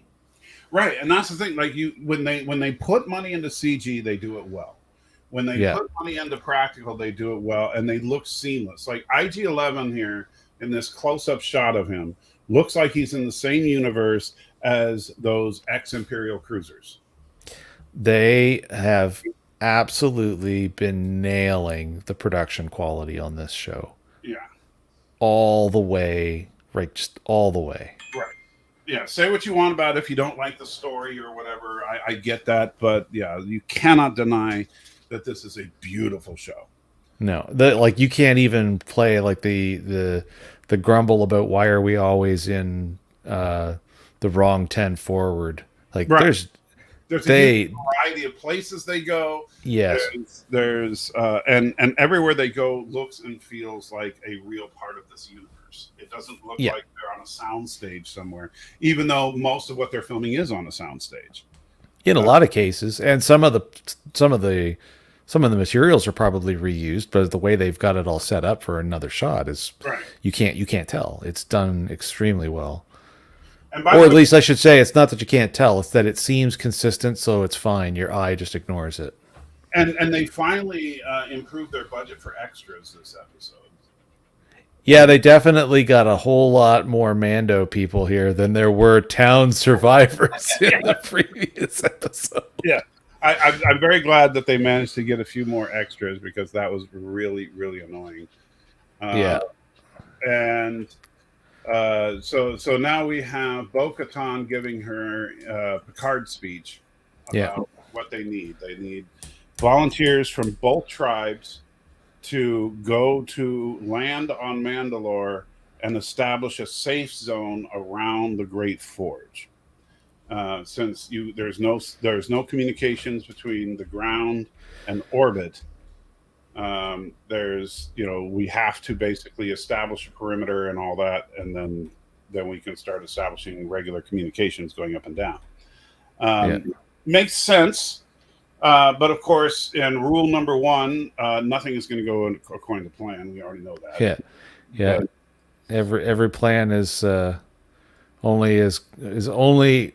How does that work? How's that saying in the military? Every plan is perfect until it makes contact with the enemy, or something like that. But one thing that kind of bugs me about this whole plan, and I don't know.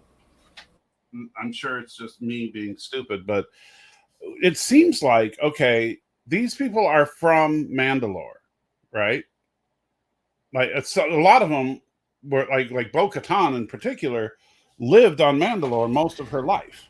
Well, a bunch of the Night Owls actually would have lived on Mandalore. Sorry about that. What I meant, man. No, we've just been. Oh no, we're just at the campfire talk about please help me go save the planet. Does this happen where you guys are? Like that's happen. I have at least once a month, sometimes more frequent. Like Mormons come to my house to try to recruit me to their we get cult. the Jehovah's Witnesses. I've never had a Jehovah's Witness in my life. The Mormons don't do it much around here anymore. No, they don't bother me anymore because they know I'm too smart for them.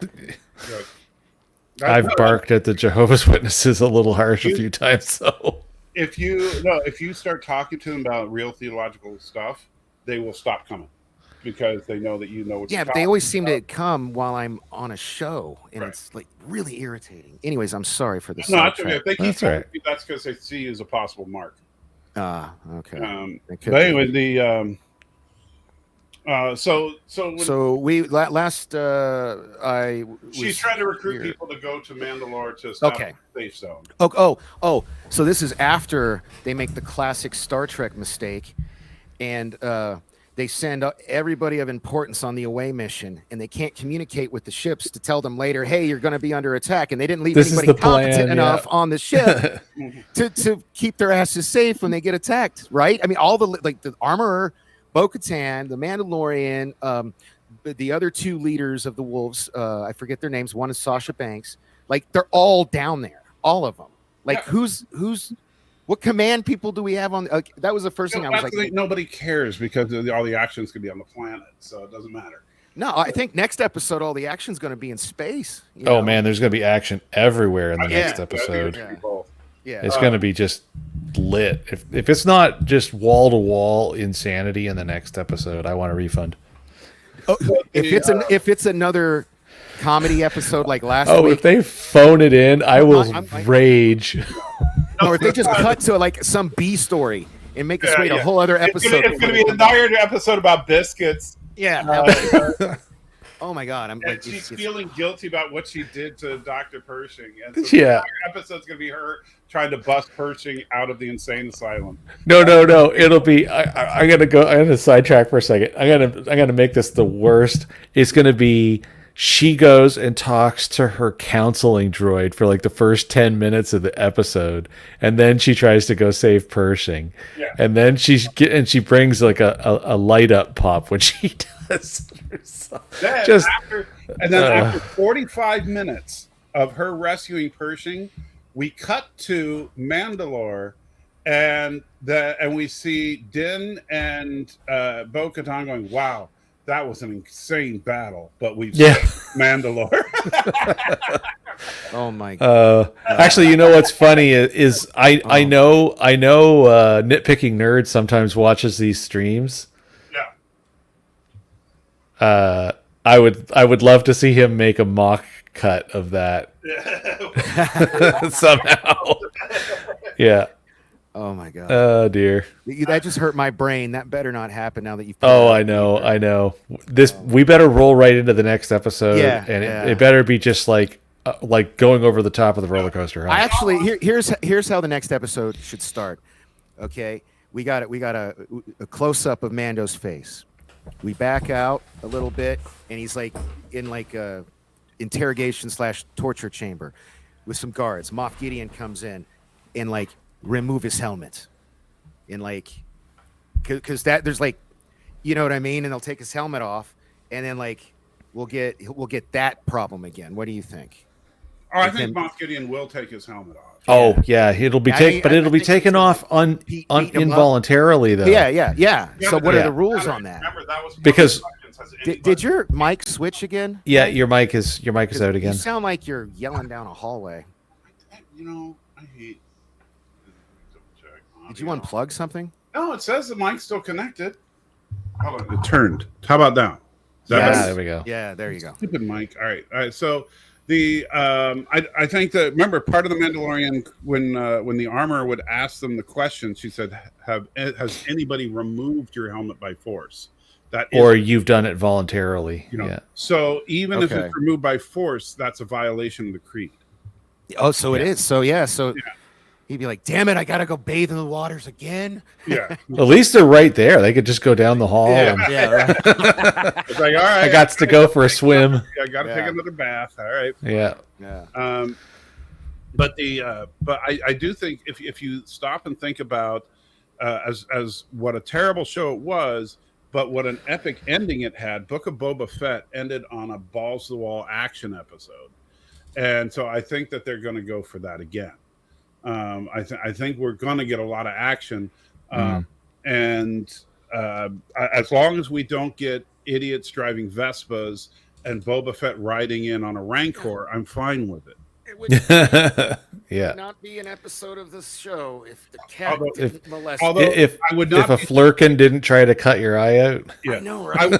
I would not be surprised if we do see Bo-Katan riding the Mythosaur into combat, Howard. Oh, that would be dope. That would be dope. yeah, I would just that would be. Yeah, she gets split apart from everybody in the middle of the episode, and then all of a sudden she shows up and raffle stomps. Man, speaking Gideon. of toys, they want that toy. Right.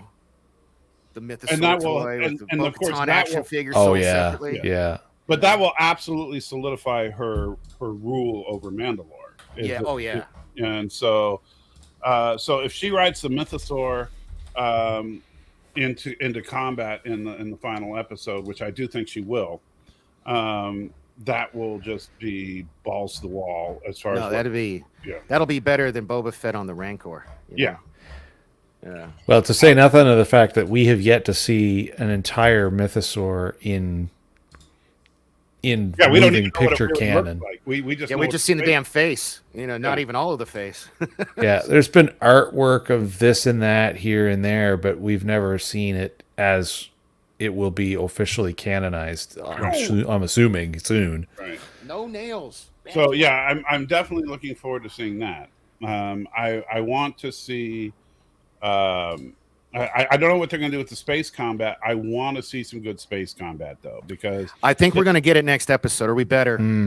Yeah. We better. because it's funny because Because that's where Star Wars really sometimes struggles, is to have good space battles, which you Star would think, Wars. Yeah. Yeah, it's Star Wars. Come on. No, but well, Gideon. Once we get there, he even says he makes a And Kronos, comment. we're talking about doing Battlestar Galactica in between shows. That's something we're talking about doing. Yeah. Kronos was asking when are we going to watch some Battlestar. I- Oh Yeah, yeah. yeah. And there's only one more episode of this show. Next week is the finale. So Oh, it is. Yeah, and the same. Yeah, it's going to be the same for Star Trek. So both shows come to an end. No. Picard is 10 episodes, and tonight is 9. Oh no, so it would be. Never mind. Yeah. I'm stupid. Yeah. both- Yeah, it was really weird how everything lined up with this. Yeah. And my surgery is next Thursday, so we get the finale of both episodes, and I die all on the same day. So. Hey, don't say that, because we're doing Salty Saturday after that. Yeah, that's right. I got a commitment for Saturday, so I'll be there on life support with the beat being light. There you go. But yeah, so the Mythosaur I'm really looking forward to. I think that's going to be the epic moment of epicness for this show. And anyway, but let's get back to this episode where she recruits the Mandalorians on the suicide mission. Wow, I did not realize next week was going to be the finale. Okay, so I feel a little bit better. I expect it to be a very good episode. No, Mandalorian has been 8 episodes a season all along. Okay. Yeah. Okay. All right. Yeah. So it should be real tight. I was just being super smarm with the. Okay. Yeah. Whew. Okay. All right, so then they take their Mandalorian fleet here and head off. So yeah, there's a good shot. I mean, there are a lot of those whatever. Yeah, So but there's in a couple shots, it looks like there's either 4 or 6 of those Gazanti ships, and then there's looks a like there's ton. 8 in this one, and then there's 1, 2, The 3, gauntlets, 4, yeah. 6, 7, 8, 9, 10. There's at least 10 of the smaller ones. Yeah, those little tiny ones are some kind of fighter that you don't see very often, even in the cartoons. Yeah. They're a Mandalorian fighter, but I just don't know the name of them because you don't see them often. Yeah. And Ariel, no, that's a stolen Imperial ship. Yeah.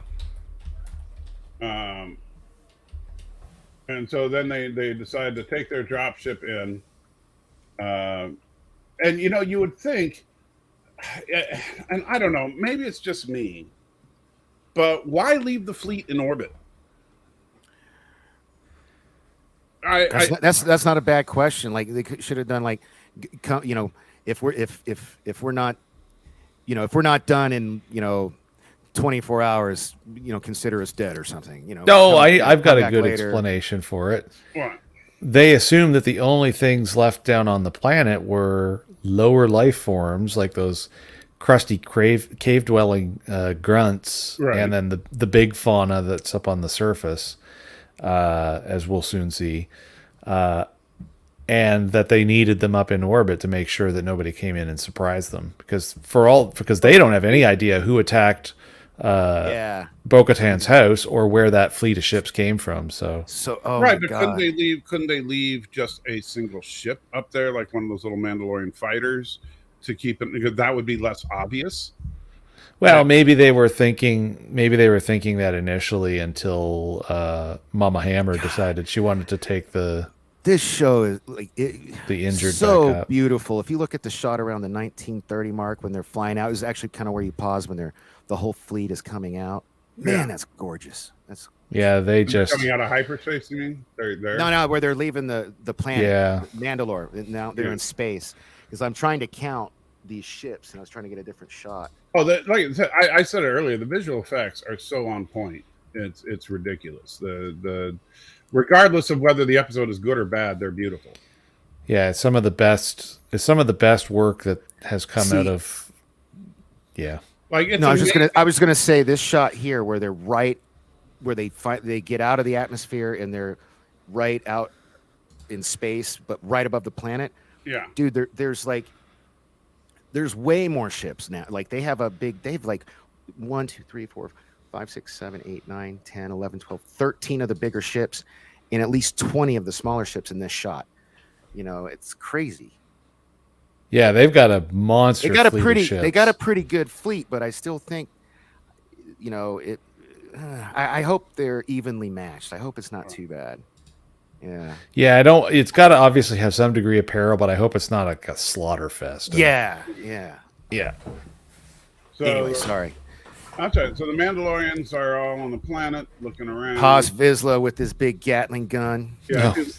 I'll tell you, that's my cosplay right there. Right there, yeah, man. Big guy. So right there, that's my man. It'll cost you upwards of $3,000 probably, but yeah. So they're looking around. Oh yeah, what I was going to say earlier. So if half these guys are from this planet, why don't they just know where the Great Forge is? I think it's because they can't figure out where they are on the surface. All the explosions that happen, right? But they knew the where crystallization. Remember, Mando and Bo-Katan found the pool of whatever Oh yeah, so they should be able to figure out where the rest of it is. Yeah, right. The bathhouse of Doom. And so if you find the bathhouse of Doom, you use that as a marker point to say, okay, because Bo-Katan obviously knows the city very well. So she can say, okay, then the Great Forge is 17 kilometers northwest of the bathhouse. Fair enough. Kronos, to your point, I say sorry a lot because I want Jason to feel at home. He's thinking about me and 47 Yorktown. He's thinking of boot him. Yeah. He's thinking of boot him. So then they see something coming, and what is it? A giant ice ship. It was like the weirdest. It's pretty cool. That's a mad. But I still liked it though. It was very. Awesome. I was like, what? That is way cooler than like it should be. And hey, the surface of the planet is heavily glassed, right? Yeah, so it's Treks, Yeah. And so then a couple of Mandalorians come off of the ice ship and greet their queen. So that's Skinny Pete right there. Oh, right up close. Yep. Okay. You know who oh, that's terrible. I won't be as quippy with not being able to say it right fast enough, but it's just a second. That's like Discount Christian Bale is who I thought. Oh yeah. Yeah. That's pretty good. So they get on the ship and then they're making their plans for taking the and these guys actually know where the forge is, which is great. Yeah. But some of them also need medical attention, so the armorer decides to take them back because we don't want the armorer to die. Yeah, so okay. So the armorer is going to go back. That means they will have the armorer up there. So okay, now I don't feel so bad. So the armorer goes back because she can command the space battle then. Right. Okay. Well, and she certainly is she's like a set piece, so that you're not gonna if they were, there's no way they would You kill have to her care about off. I don't somebody think. that's on the ships. Yeah, Yeah, exactly. yeah, So because everybody that's up there right now, none of them are known to us. Because when they showed Exactly. the bridge of the cruiser, I'm like, oh, okay, so Bob is in command today. Yeah, exactly. You know. Yeah, it's kind of like in Cat's Paw when they're like, okay, we're gonna put Assistant Chief Engineer DeSalle in command of the bridge, and you're like, who? What? Hold on. So that doesn't ring right. You know, don't they have other officers they could do? Assistant Chief Engineer DeSalle, the French guy. You know, Gavin, some other dipshit from Chicago said this in the chat earlier. Why would the armorer be the spy? No, that doesn't even make sense. Somebody else in the chat said it earlier. No, because it doesn't track, because there's nothing no that she way. that's she spy-y. is the most dedicated person to the cause. That's everybody. And so, and the funny thing is, like, my wife was suggesting, well, what's going to happen to her if she goes up to the fleet? And I said, well, don't worry, she'll be fine. Her ship is equipped with plot armor. The best kind of armor. So she's got all the hurt people heading back up to the fleet, and the rest of them continue on their journey while these two guys start playing some their version of chess. Matthew said they're playing not chess, I see. Yeah. And I was like, well, what happened to that stupid 3D holographic chess that they always play whenever they play chess? But they have to play something tactile so he could cheat. Well, and also something Mandalorian so that it's particularly different. Right. Yeah. And so he accuses them of cheating because you can only castle your rook when you're on a certain space. And he's like, no, that's not how we play. And they're like, well, hold up. It's kind of like, do you play chess? You know what the capture en passant or the impassive capture is? Do you know that move? Well, no. A lot of people don't know that move. It could have been a move like that. Like not. I'm serious. Because it's such a. Are you talking about where you use the pawn to capture a piece when you're moving diagonally? And you can move the pawn. It's the only time you can capture something with a pawn going to the side. Yes, it is a very. I know that move.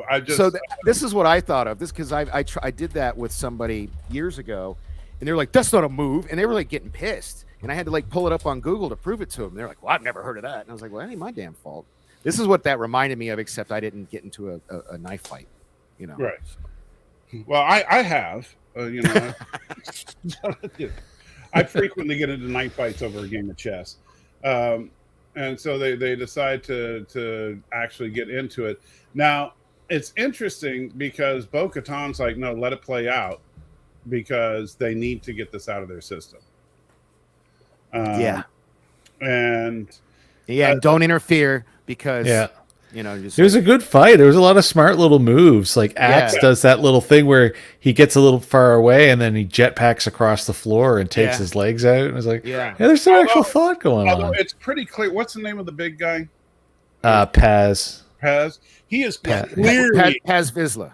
Paz is clearly the power hitter of the two. Oh yeah. And I mean, this guy doesn't have a prayer in any kind of fair fight. That's not. I mean, if he's got the intellect of Batman, maybe. But but he doesn't.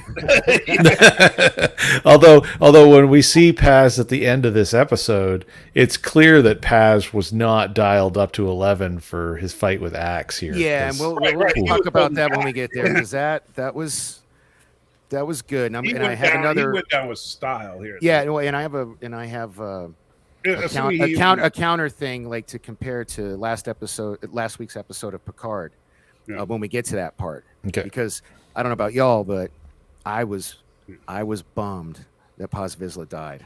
I was, so but we'll talk about it when we get there. Yeah, so and then Grogu actually stops him from fighting by going no. Which was I was fine with that usage of annoying repeats of the and I really have to wonder if they're not going to finally give us truly talking Grogu next episode. That'd be nice, but Well, I don't know what I next don't know. episode, maybe next season. They don't want to give us nice things. So. Yeah. No. We haven't earned that. We're too mean. Meanwhile, the armor is still heading to the fleet. Okay. Another nice shot of the fleet. God. Man, I so thought that there was going to be what a twist moment happen right here, and then Like the fleet's completely gone and just or all of a sudden like two like full ISDs show up off to the left, and they're just like Right? Yeah, I was kind Yeah. of Off that. I was expecting either the fleet to be eviscerated or to be completely under attack when she came out of Yeah. Like a bunch of space debris. Be like, Yeah. oh no. Yeah. And then meanwhile the mountain starts moving. Dude, what is it Yeah. with these giant this was like a sand dragon. But Oh, this is Look, this is Star Wars to the core. Star Wars is Oh, the yeah. game all the way back. Come on. No, I know, but like it just seems, I know it's crazy. It's like these well pirates have well been down there for all these years, and when their fellow Mandalorians show up, now they get attacked by a sand dragon or whatever. well, I was watching I watched Eckhart's review of the episode where they had to go rescue the kid from the giant pterodon thing. Anyway, he made a comment. He said something to the effect of, how is it that they're not leaving the planets that have, all of the giant killer monsters and going to someplace a little less killer monsterish? But then it seems like every planet in the Star Wars galaxy has giant killer monsters on it. Yeah, whether it's aquatic stuff like on Naboo Well, hey, or to be fair, this is a long time ago in a galaxy far, far away, and even Earth had giant monsters that roamed it. yeah, that's true. Called Dinos. dinosaurs. Yeah. Yes. So yeah. Yeah. Anyway. So they all jump away from their Yeah, and that ship just gets the just ship Oh yeah, gets that tail of doom comes down. Yeah, that was like speaking of dinosaurs, that had Yeah. the The mace plant eating. Mhm. Yeah, The the tail. armored dinosaur with the Yeah. wicked tail. Yeah. yeah. But they just happen to end up right at the Great Forge. What a happy coincidence. Yeah, it is. It's almost like Dune. Yeah. How the creature comes, it's like raw Well, sandworm. That's the first thing Vader said at that part before it came out.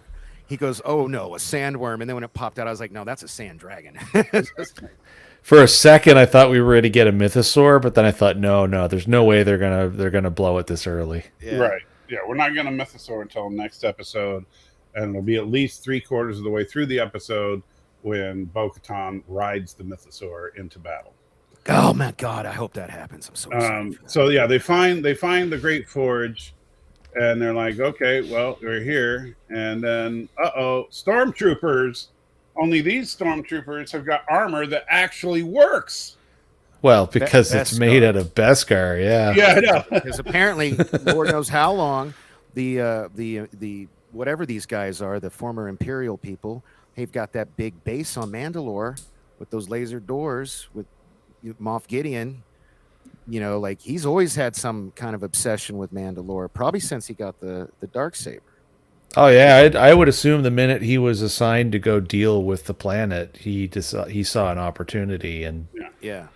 Although created this. here's my question about all this. So, and don't get me wrong, I'm not questioning Moff Gideon here. I'm questioning the Mandalorians. Yeah. Why do the Mandalorians not wear armor more like the Stormtrooper armor that completely covers them? Right. Mhm. Well, probably because remember they have to go through all these different trials and things to get their armor pieces. Yes, So- but none of them have armor that complete. Even Mando, who has the closest thing to a full suit of armor, has got huge swaths of his body Yeah. that are exposed. Oh yeah, like all the gaps in the armor, so to it's a good, speak. Yeah. it's a good question, man. Or at least why not have Beskar chainmail like Grogu in between those sections? Right, but I mean, Yeah. if you look at Gideon's Beskar suit, no, Oh hole. yeah, it's head to toe, man. Yeah. Yeah. and the Stormtroopers' armor head to toe, so it's much harder, because you got to hit him right in the joint in order to take him down. Yeah. And so it just makes a lot more sense because like in this shot here, which is a nice shot of this one trooper, But if you look, and I don't know if you can see my mouse pointer, but everywhere that the mouse is right now, Yeah, it's all soft Yeah. cloth. Yeah. anywhere The you only out that I can give them is it lets them be able to fight more nimbly in hand-to-hand combat. right. Yeah. But unless That's that's some it. kind of Beskar weave, that person is incredibly vulnerable. Or like, you know, they've shown us the chainmail that Grogu has, so I could Right. believe that underneath that is a, you know, an inner layer of that, maybe. Right. You know, but you're right, they haven't addressed it. No. So and then this dude, I love him. Now Paz just brings the heat. Vizsla. Oh yeah. You know, like, I actually like the fact that he helped Axe go up that hole and he after hates the two of them. Well, after the two of them had just had that fight over a game of chess. Yeah. Yeah. Now here it looks like the new stormtrooper armor actually leaves a lot of their lower body exposed. Yeah, they got a lot of black pants. Yeah. Their arms are black too. Yeah, so- see, so it's actually pretty much the exact same design. Yeah. It's just Moff Gideon. He's like, no, Yeah, Moff Gideon's like, yeah, I'm gonna I got to cover everything. Yeah. You know, maybe there's a secret property to the Beskar, and it actually attracts the blaster bolts to it. That could be. I do got to say I like this new stormtrooper look. Yeah, it's an interesting twist between Stormtrooper and Dark Trooper, but done in white. Yeah. With a little bit of a different flair to it. Yeah, I was almost expecting it to be more similar to the First Order, but I guess this would be the tweener version. Yeah, this is pre-First Order, but post-Empire. So yeah, I kind of like these guys. Yeah, this is where retconning and headcanon comes into play, Gavin. Yeah. Well, and Boba's armor is quite frankly the worst. Clearly. Yeah. Dave, all of this is Imperial tech. They've clearly been on Mandalore for a while. Just looking at the base. Well, at least 20 itself. years if you base it on. Yeah. Well, yeah, I would at a minimum 15 years. Like from the minute that they glassed the planet, I would suspect that Gideon was there setting up, base number 2. Yeah, totally. So yeah, we got a bunch of TIE fighters there. There's our answer as to how Concordia got hit. Yeah. When I saw that, I was like, oh, damn. Like, and the Mandalorians have no idea this is here. It's like, oh my God. Yeah. Like, look at all those ships. Yeah. And then these guys have and you know what I immediately thought of? They fly now? They fly now. Oh, shush. Yeah. Let's not invoke that movie. But at the same time, while it's that movie was annoying, it does explain it. They got it from Mandalorian tech. Yeah, but there were flying ARC troopers and flying clone troopers and sorry. Yeah, I got it paused at a perfect point where Bo-Katan, and it's got the subtitles on. Everybody's pointing their guns up, and she goes, "What is this place?" Nobody knew that this was here, and that's crazy to me, especially if it's been there 15, 20 years. Well, think about it, but they haven't been there for 15 years. Yeah, but those Mad Max versions of the Mandalorian have. I guess yeah, they were running, and I guess if they were just trying to barely stay alive, and okay, they just stayed in hiding. Right. Yeah. So then they drop the blast doors and separate Mando from the rest of the crowd. Well, not just Mando. It was Mando and a couple others that got killed real quick. Right, but Mando's the one they care about. Yeah. And he puts up a good fight. Oh yeah, he does. He flames the shit out of him. I mean, if you think about these, and here's where we see these new troopers actually have Mandalorian weaponry as well. Yeah. Because they have the anti-Jedi grappling ropes. The grappling, yeah. And so, but they eventually take him down, and here we get Gideon's full Dark Trooper armor. Yeah. Is it full though? Actually, hold up. Keep here. I'm watching it in real time. No, there is some gaps in it. It's just that since it's all black, it's the only gaps are right here. You can see, it looks like right here in the inner elbow. Yeah. Yeah. Now shoot just now, Mike, right of his junk, and you can take him down. Yeah. So, Mike, you might recall this because you would have only seen season 7 of Clone Wars recently because it's only been a bit since it's been out. Yeah. What did you notice about his helmet? It's got horns on it, man. Yeah. Yeah. Like that was the first thing I noticed. I was like, it's kind of That's a Darth Maul Batman-ish. type Hornet. It looked kind of cowish to me. Well, what happened in the Clone Wars is there was that whole clan of Mandos that went in full league with Darth Maul. Uh-huh. And they're kind of, I don't think it's a canonical reference, but they're kind of referred to as the Mandalorians. Oh. And Gar Saxon actually stylized his helmet with spikes like Darth Maul's species has. Okay. So I kind of wonder if that helmet isn't It might Gar's be helmet. I looked back at the first time I saw it, I thought there was only 2 horns on it, but it looks like there's 3. It's like 3 on each side or something like that, or 5. It's kind of, they're spread all the way around the perimeter. Okay. Yeah. So I'm sure somebody's going to do the legwork on this, and there'll be a video out later today, but or later tonight. But my guess is that it could be Gar Saxon's helmet from the Clone Wars. Interesting. Well, that's cool for people like you who've watched all of that, but yeah, well, the interesting thing, though, is we definitely know he's not going to be in Ahsoka because the guy that did the voice for Gar Saxon is playing that crazy beast orange Jedi saber guy. Oh. Yeah. Yeah, so if you look carefully, you can see gaps in his armor here. Yeah, wherever he's got joints, basically. Yeah, but it's harder to see because his armor's all black. Yeah. I do like the fact that he says that, I've got this great new Dark Trooper armor, and the most deadly thing about it is that I'm in it. I love it. And they're all like, "Oh crap, what are we gonna do?" And he's like, "Yeah, you can give me that dark saber now." And so she decides to use it to cut their way out, which is, I do like that. So this is basically Bo-Katan getting her mojo back. Yeah. Because she's no longer, because she admitted to the rest of the Mandalorians that she took the easy way out and surrendered before, and now she's like, "No, we ain't gonna do that." Yeah. And so, a little bit of redemption for because she kept that secret until this episode. Yeah. And by the way, see, this is why I disagree with you a little bit, Danny, in that yes, she is the leader of the Mandalorians, but notice that Din Djarin is still the main character. She's just the person that he's the one that stands in between him and the dark saber. Yeah. I've been kind of saying how if they really wanted to have fun with the Mandalorian if they were going to make it continue, is his character seems to be an interesting character to use to enable things to happen, to bring people together, or to go on a quest to bring this thing to another person that then lets another thing happen, and then more story comes off of that. But Din himself is kind of like the littlest hobo. He just kind of goes from... Oh, hey, Sirstus, welcome. I haven't seen you before, and if I just missed you, my bad. And Salad Dry.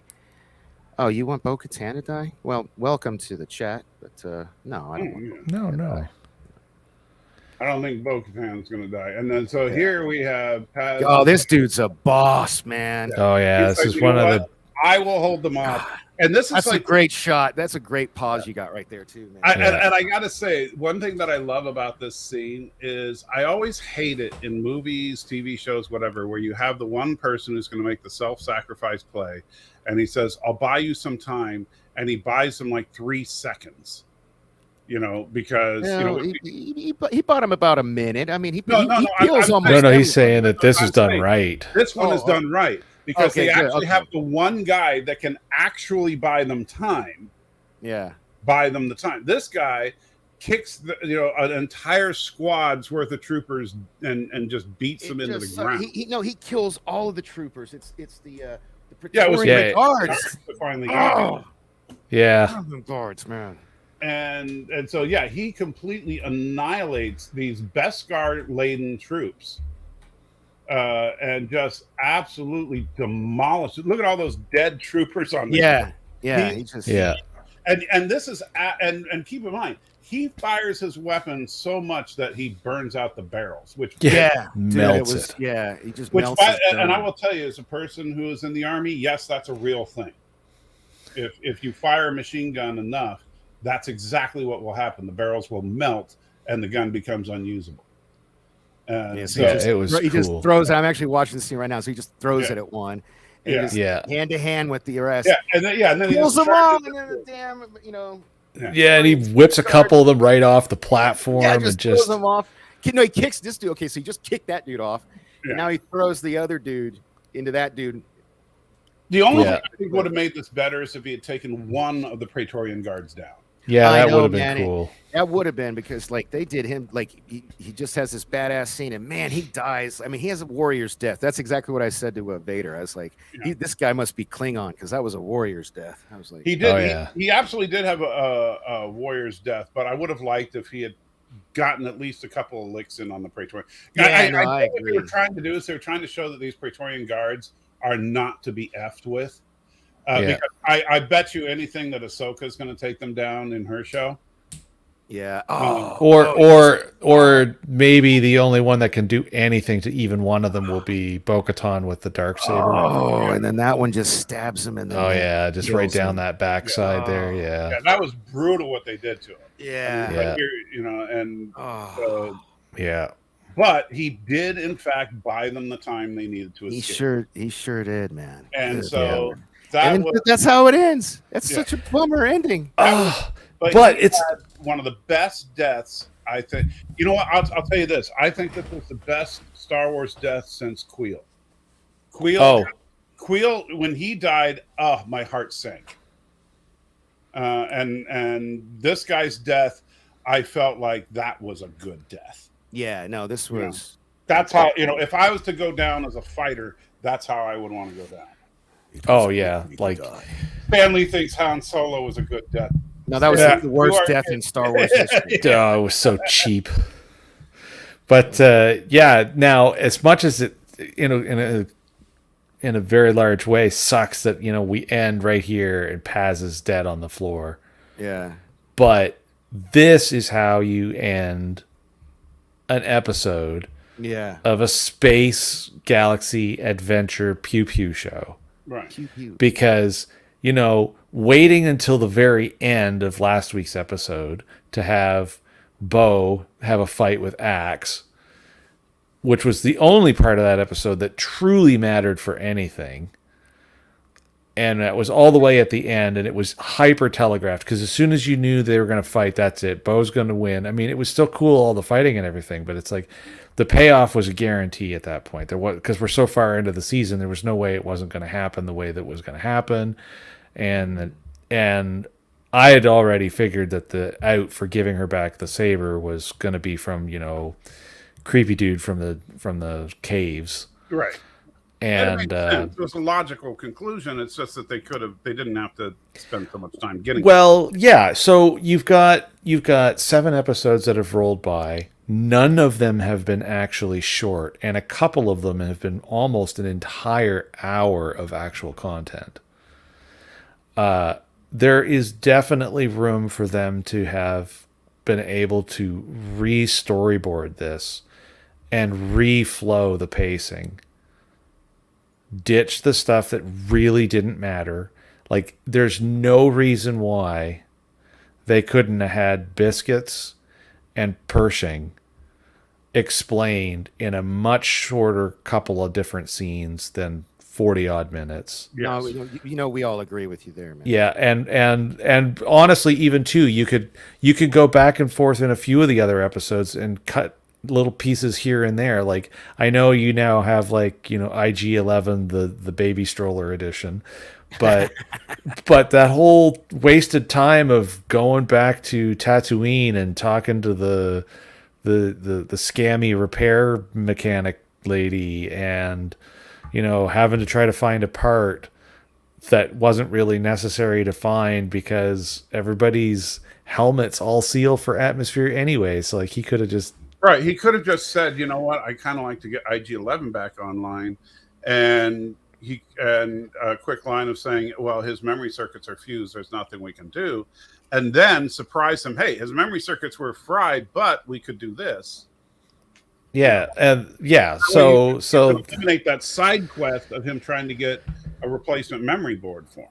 yeah, so instead of that, it could have just been he just opts to get a droid. He's like, okay, well, whatever. I know where I can get a droid for my starfighter again, and then just ditched all the nonsense with that. Yeah. And because even in like 2 or 3 minutes shaved here or there gives you the opportunity to rebalance a bunch of these episodes. Oh, No, yeah. I agree.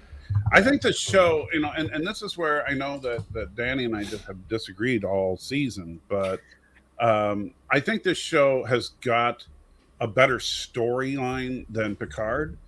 But this show has had some serious pacing issues, up and down and up and down. And with a rewrite, I think that this could have been an absolutely phenomenal season. I think I'm glad you reminded me, and I'm glad it's still paused on this scene. So remember last week we're talking about the death of Tavine in Picard and how there wasn't enough time spent with that character, and so the impact of But it this was is kind the of lost. opposite. This is the exact opposite. And this is how Yeah. you know. We've had a couple of character growth episodes. We've had him have a clash with, a couple of the main characters. Yeah, Not only that, we've seen this guy from season 1. yeah. And He fought with and he fought with he's fought both Mando for last and season. against. Yeah, he's fought both against and with Mando throughout the series. Yeah. And so I like the fact that, this is not a character death to be taken lightly. Even though, he's not the main character, he's a character that we've grown to love and hate over the last 3 years.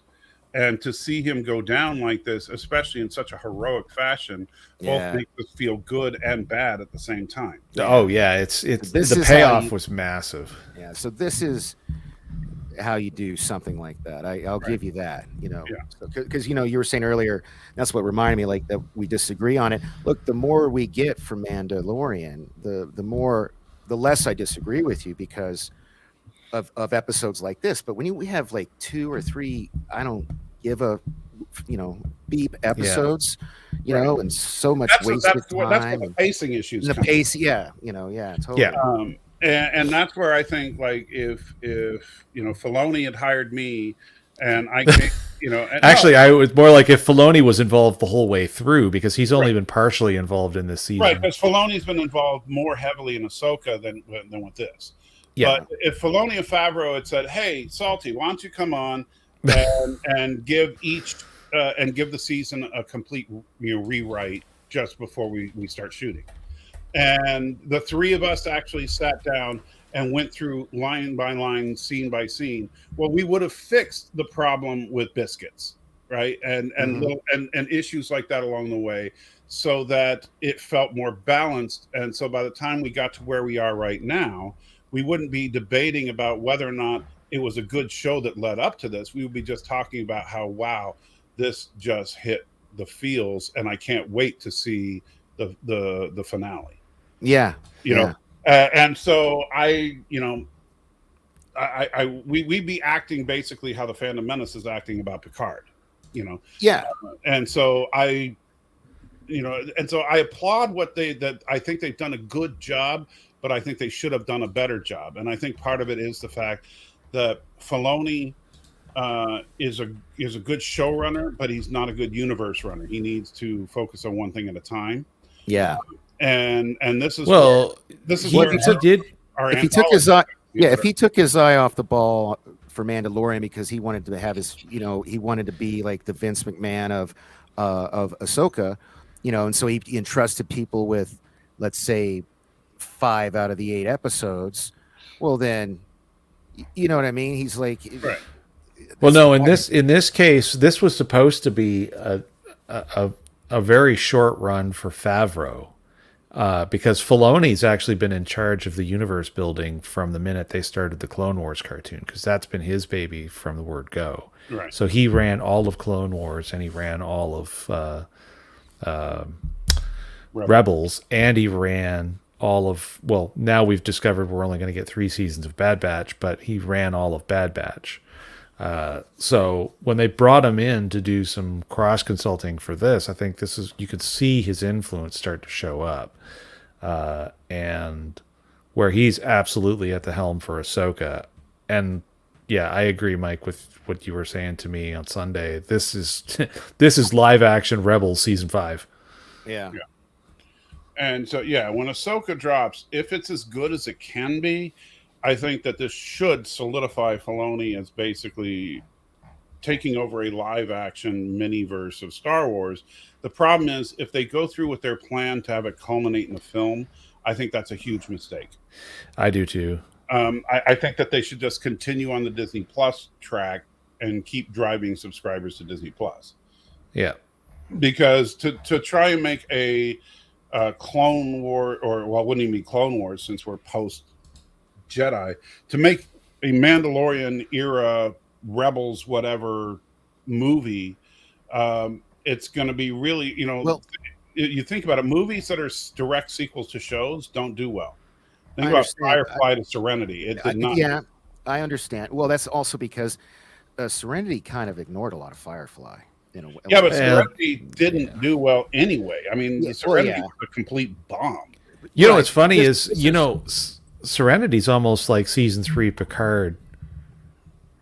And I'll say it that way because my theory on season 3 Picard is that when we do finally get through the last 2 episodes, and we do get most everything figured out or answered or explained, it'll put as best a bow tie on it as they possibly could, considering everything going on. That's like in full Hatesville on you there, Danny.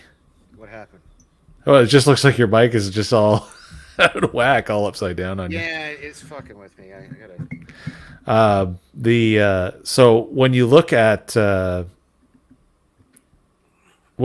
how Serenity was done, it was basically the love letter closeout to a series that was ended too soon, which is a different kind of an issue. But it was, doing the best he could because he still controlled the fundamental IP, but didn't control the name, which is why it was called Serenity and not Firefly the movie. And he tried to wrap everything up because he knew this was it. This was going to be the end. And I've said that a few times about Picard, which is they know that it's going to be the end, and they're going to wrap this up, and this is the end of anything that's Berman / post-Berman TNG era Trek. This is it. We're not going to see anything I agree for a with that long time. analogy, but what I wanted to mention earlier to Salty's point was that I think that in this case it might be better for Mando to wait to go into a movie so Filoni, because he's got all these plans with all this other stuff, and if we want it to be good, we want the right guy doing it. So maybe like we miss Mando for a little bit because he goes away and we get all these other things, and then but when he comes back, it's on the big screen and it's like a big event. I think if it's done right, old Thomas Potts is going for full-on Troll Fest award here for tomorrow's score. He might not be that far off. I don't know. I don't think they have much choice, but I don't know. They've got little choice but to actually finally wrap it. And from what Brian said, that episode 9 and 10 were basically a 2-hour movie. If episode 9 ends with the red door slowly opening, and then we open it, and then we see a quick flash of whatever's behind it, and then the credits, I'm gonna be so mad. Don't put this. You keep putting all this stuff out to the ether. Don't put that evil on me. Yeah. No, I bet you tomorrow we find out who the big bad is in the last 5 minutes of the episode. I hope they actually subvert the expectation on that and actually blow that one right out of the door almost immediately. I will bet you $5 right now, Jason, and that we find out who the big bad is in the last 5 minutes. Yeah, well, we don't have long to wait. Yeah, because I'll be getting up a little early tomorrow to be able to start watching the episode. So yeah, I'm gonna watch it at 2. So we'll see. Yeah, I'm staying up late. I'm gonna watch it. But I don't think we're gonna find out till the last minute, and then it's no, and this is the problem with it. Bird put this out, and he's 100% right, because they pushed it back so much. It's going to be a disappointment, no matter what You it think? is. Well, yes, because I don't know, man. Like Bird, you and Bird just seem to like get off. No. on This is the problem with it. No matter what it is, it's not going to be up to the combined think tank of the entire fandom for the last 6 weeks. And so, like, everybody's come up with these great theories as to what could be behind the red door, and somebody's come up with ideas that are way better than what's actually behind the red door. So no matter what is behind the red door, somebody's come up with a better idea, I think because they put it off too dang long.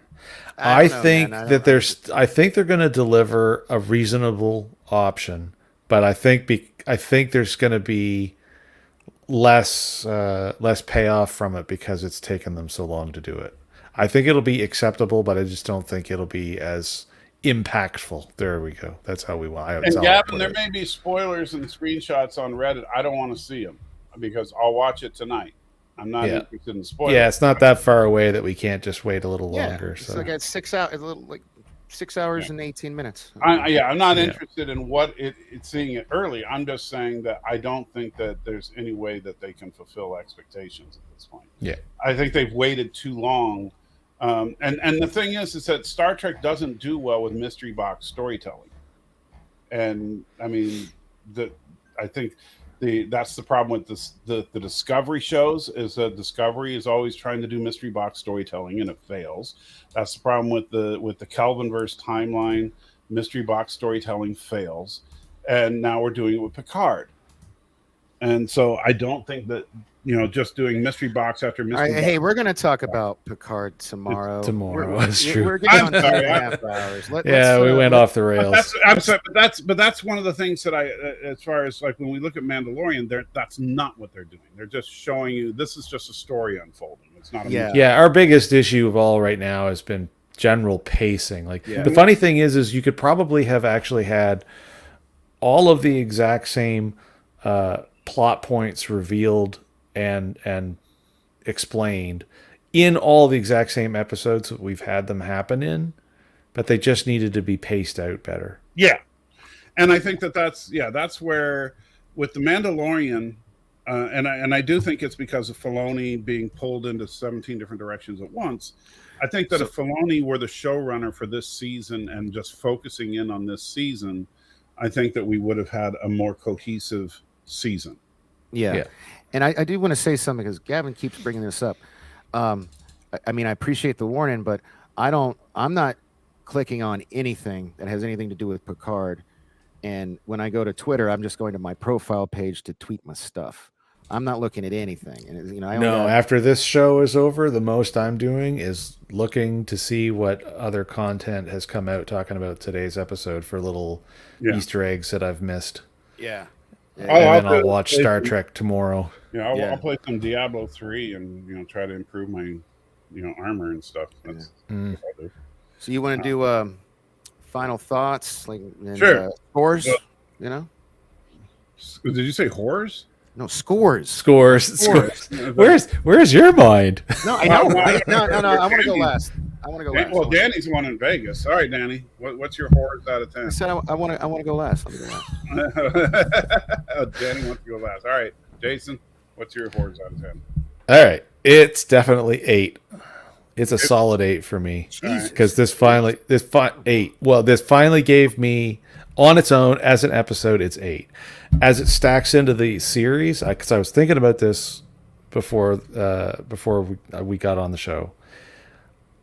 It kind of deserves a 6 just for the reason of a smack in the side of the head for, hey, you should have been doing a lot more of this. Mm-hmm. But that's more for the show entirely. Right. But for this episode, I'm going 8 because it was tight. That was a 45-minute episode. Like that was an actual quote unquote hour-long TV episode, and it was tight the whole way through. Yeah, and we had a solid payoff, punch you in the gut ending from a character who we thought was always going to end up being a bad guy all the way to the end, or at least being an antagonist of some sort. For me, it was an 8. It Right really it felt an awful lot like watching some of the best of Filoni's cartoon work. And so I'll say this. First of all, Miss Moneypenny, look, I love you. You're a wonderful woman, but the arc is crap.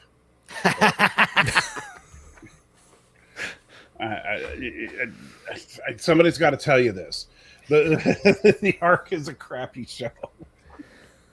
Oh, Better you than me, brother. oh man, the arc is horrible. If you haven't seen it, the arc, the ship is like the size of a Star Destroyer, but it flies more nimbly than an X-wing. It's just ridiculous the way. Oh dear. It's anyway. And they literally have a joystick, and they're like, it's like, oh, all right. So, I'll agree with you. I'm giving it an 8 as well. I thought that, and I would have given it probably a 7. Wow. But that death at the end, that hit me good. That was probably one of the best death scenes in Star Wars, of all of Star Wars. Yeah. And that's got to give it a +1 bonus right there. Well, death and sacrifice, for that matter. Yeah.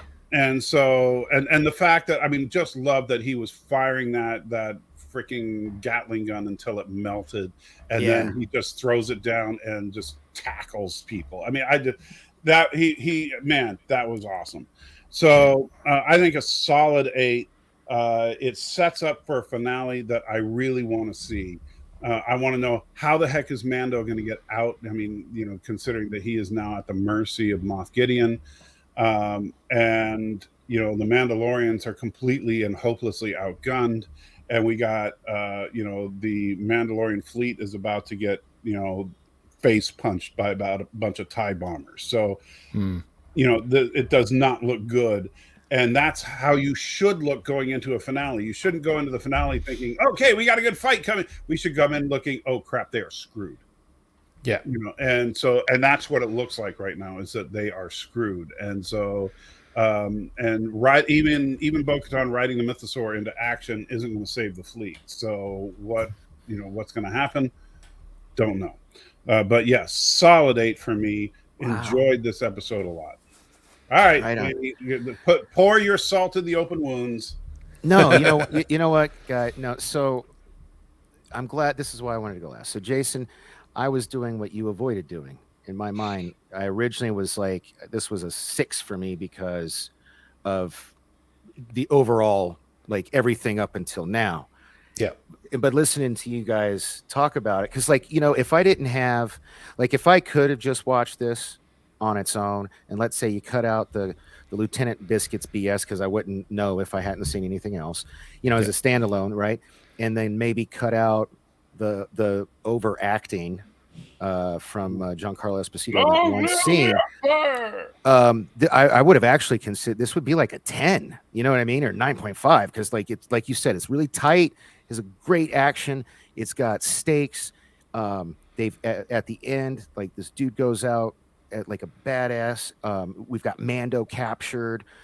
We've got Moff Gideon saying he's going to go in the orbit and destroy the Mandalorian fleet. So it's a good cliffhanger, with like a lot of good stuff. So you guys, here's what I'm going to do. I'm just going to agree all around the board, so we can say that the Nerd Fights give this episode an 8. Wow. You changed my mind. Yeah. And that's why I wanted to go last. There is serenity on the plains. Yeah. So here's the question, though. So, do you guys think it's possible that Grogu is going to whip out a lightsaber? No. No. He hasn't made his lightsaber, so he's got to make it. Yeah, I don't know why Luke even offered him a lightsaber, because he's supposed to make one. That's supposed to be part of the Jedi training. Yeah.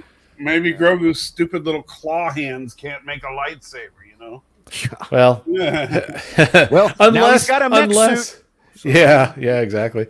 Unless he actually made it at the Academy and not Jar Jar Jedi actually brought that with them, and we just haven't seen it until we saw it then. I don't know. Headcanon. And I think you might be right, Thomas.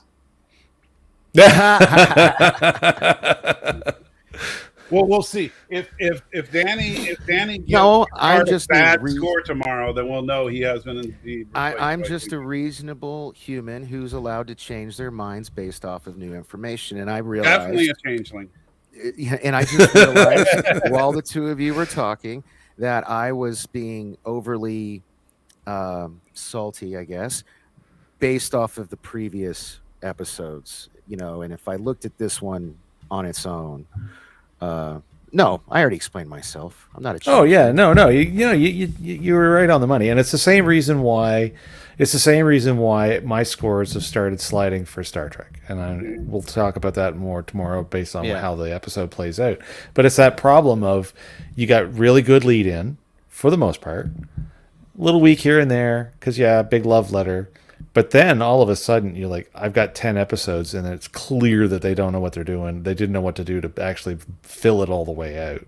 Right. Which is hilarious because, like I said, there's so many properties out there, and like we've talked about and about doing is getting into some Battlestar Galactica reboot series. Mm-hmm. Those seasons were only between 12 and 17 episodes, and there was hardly ever filler in them. Erevik. You might be right, Eric. You're giving it away. Oh dear.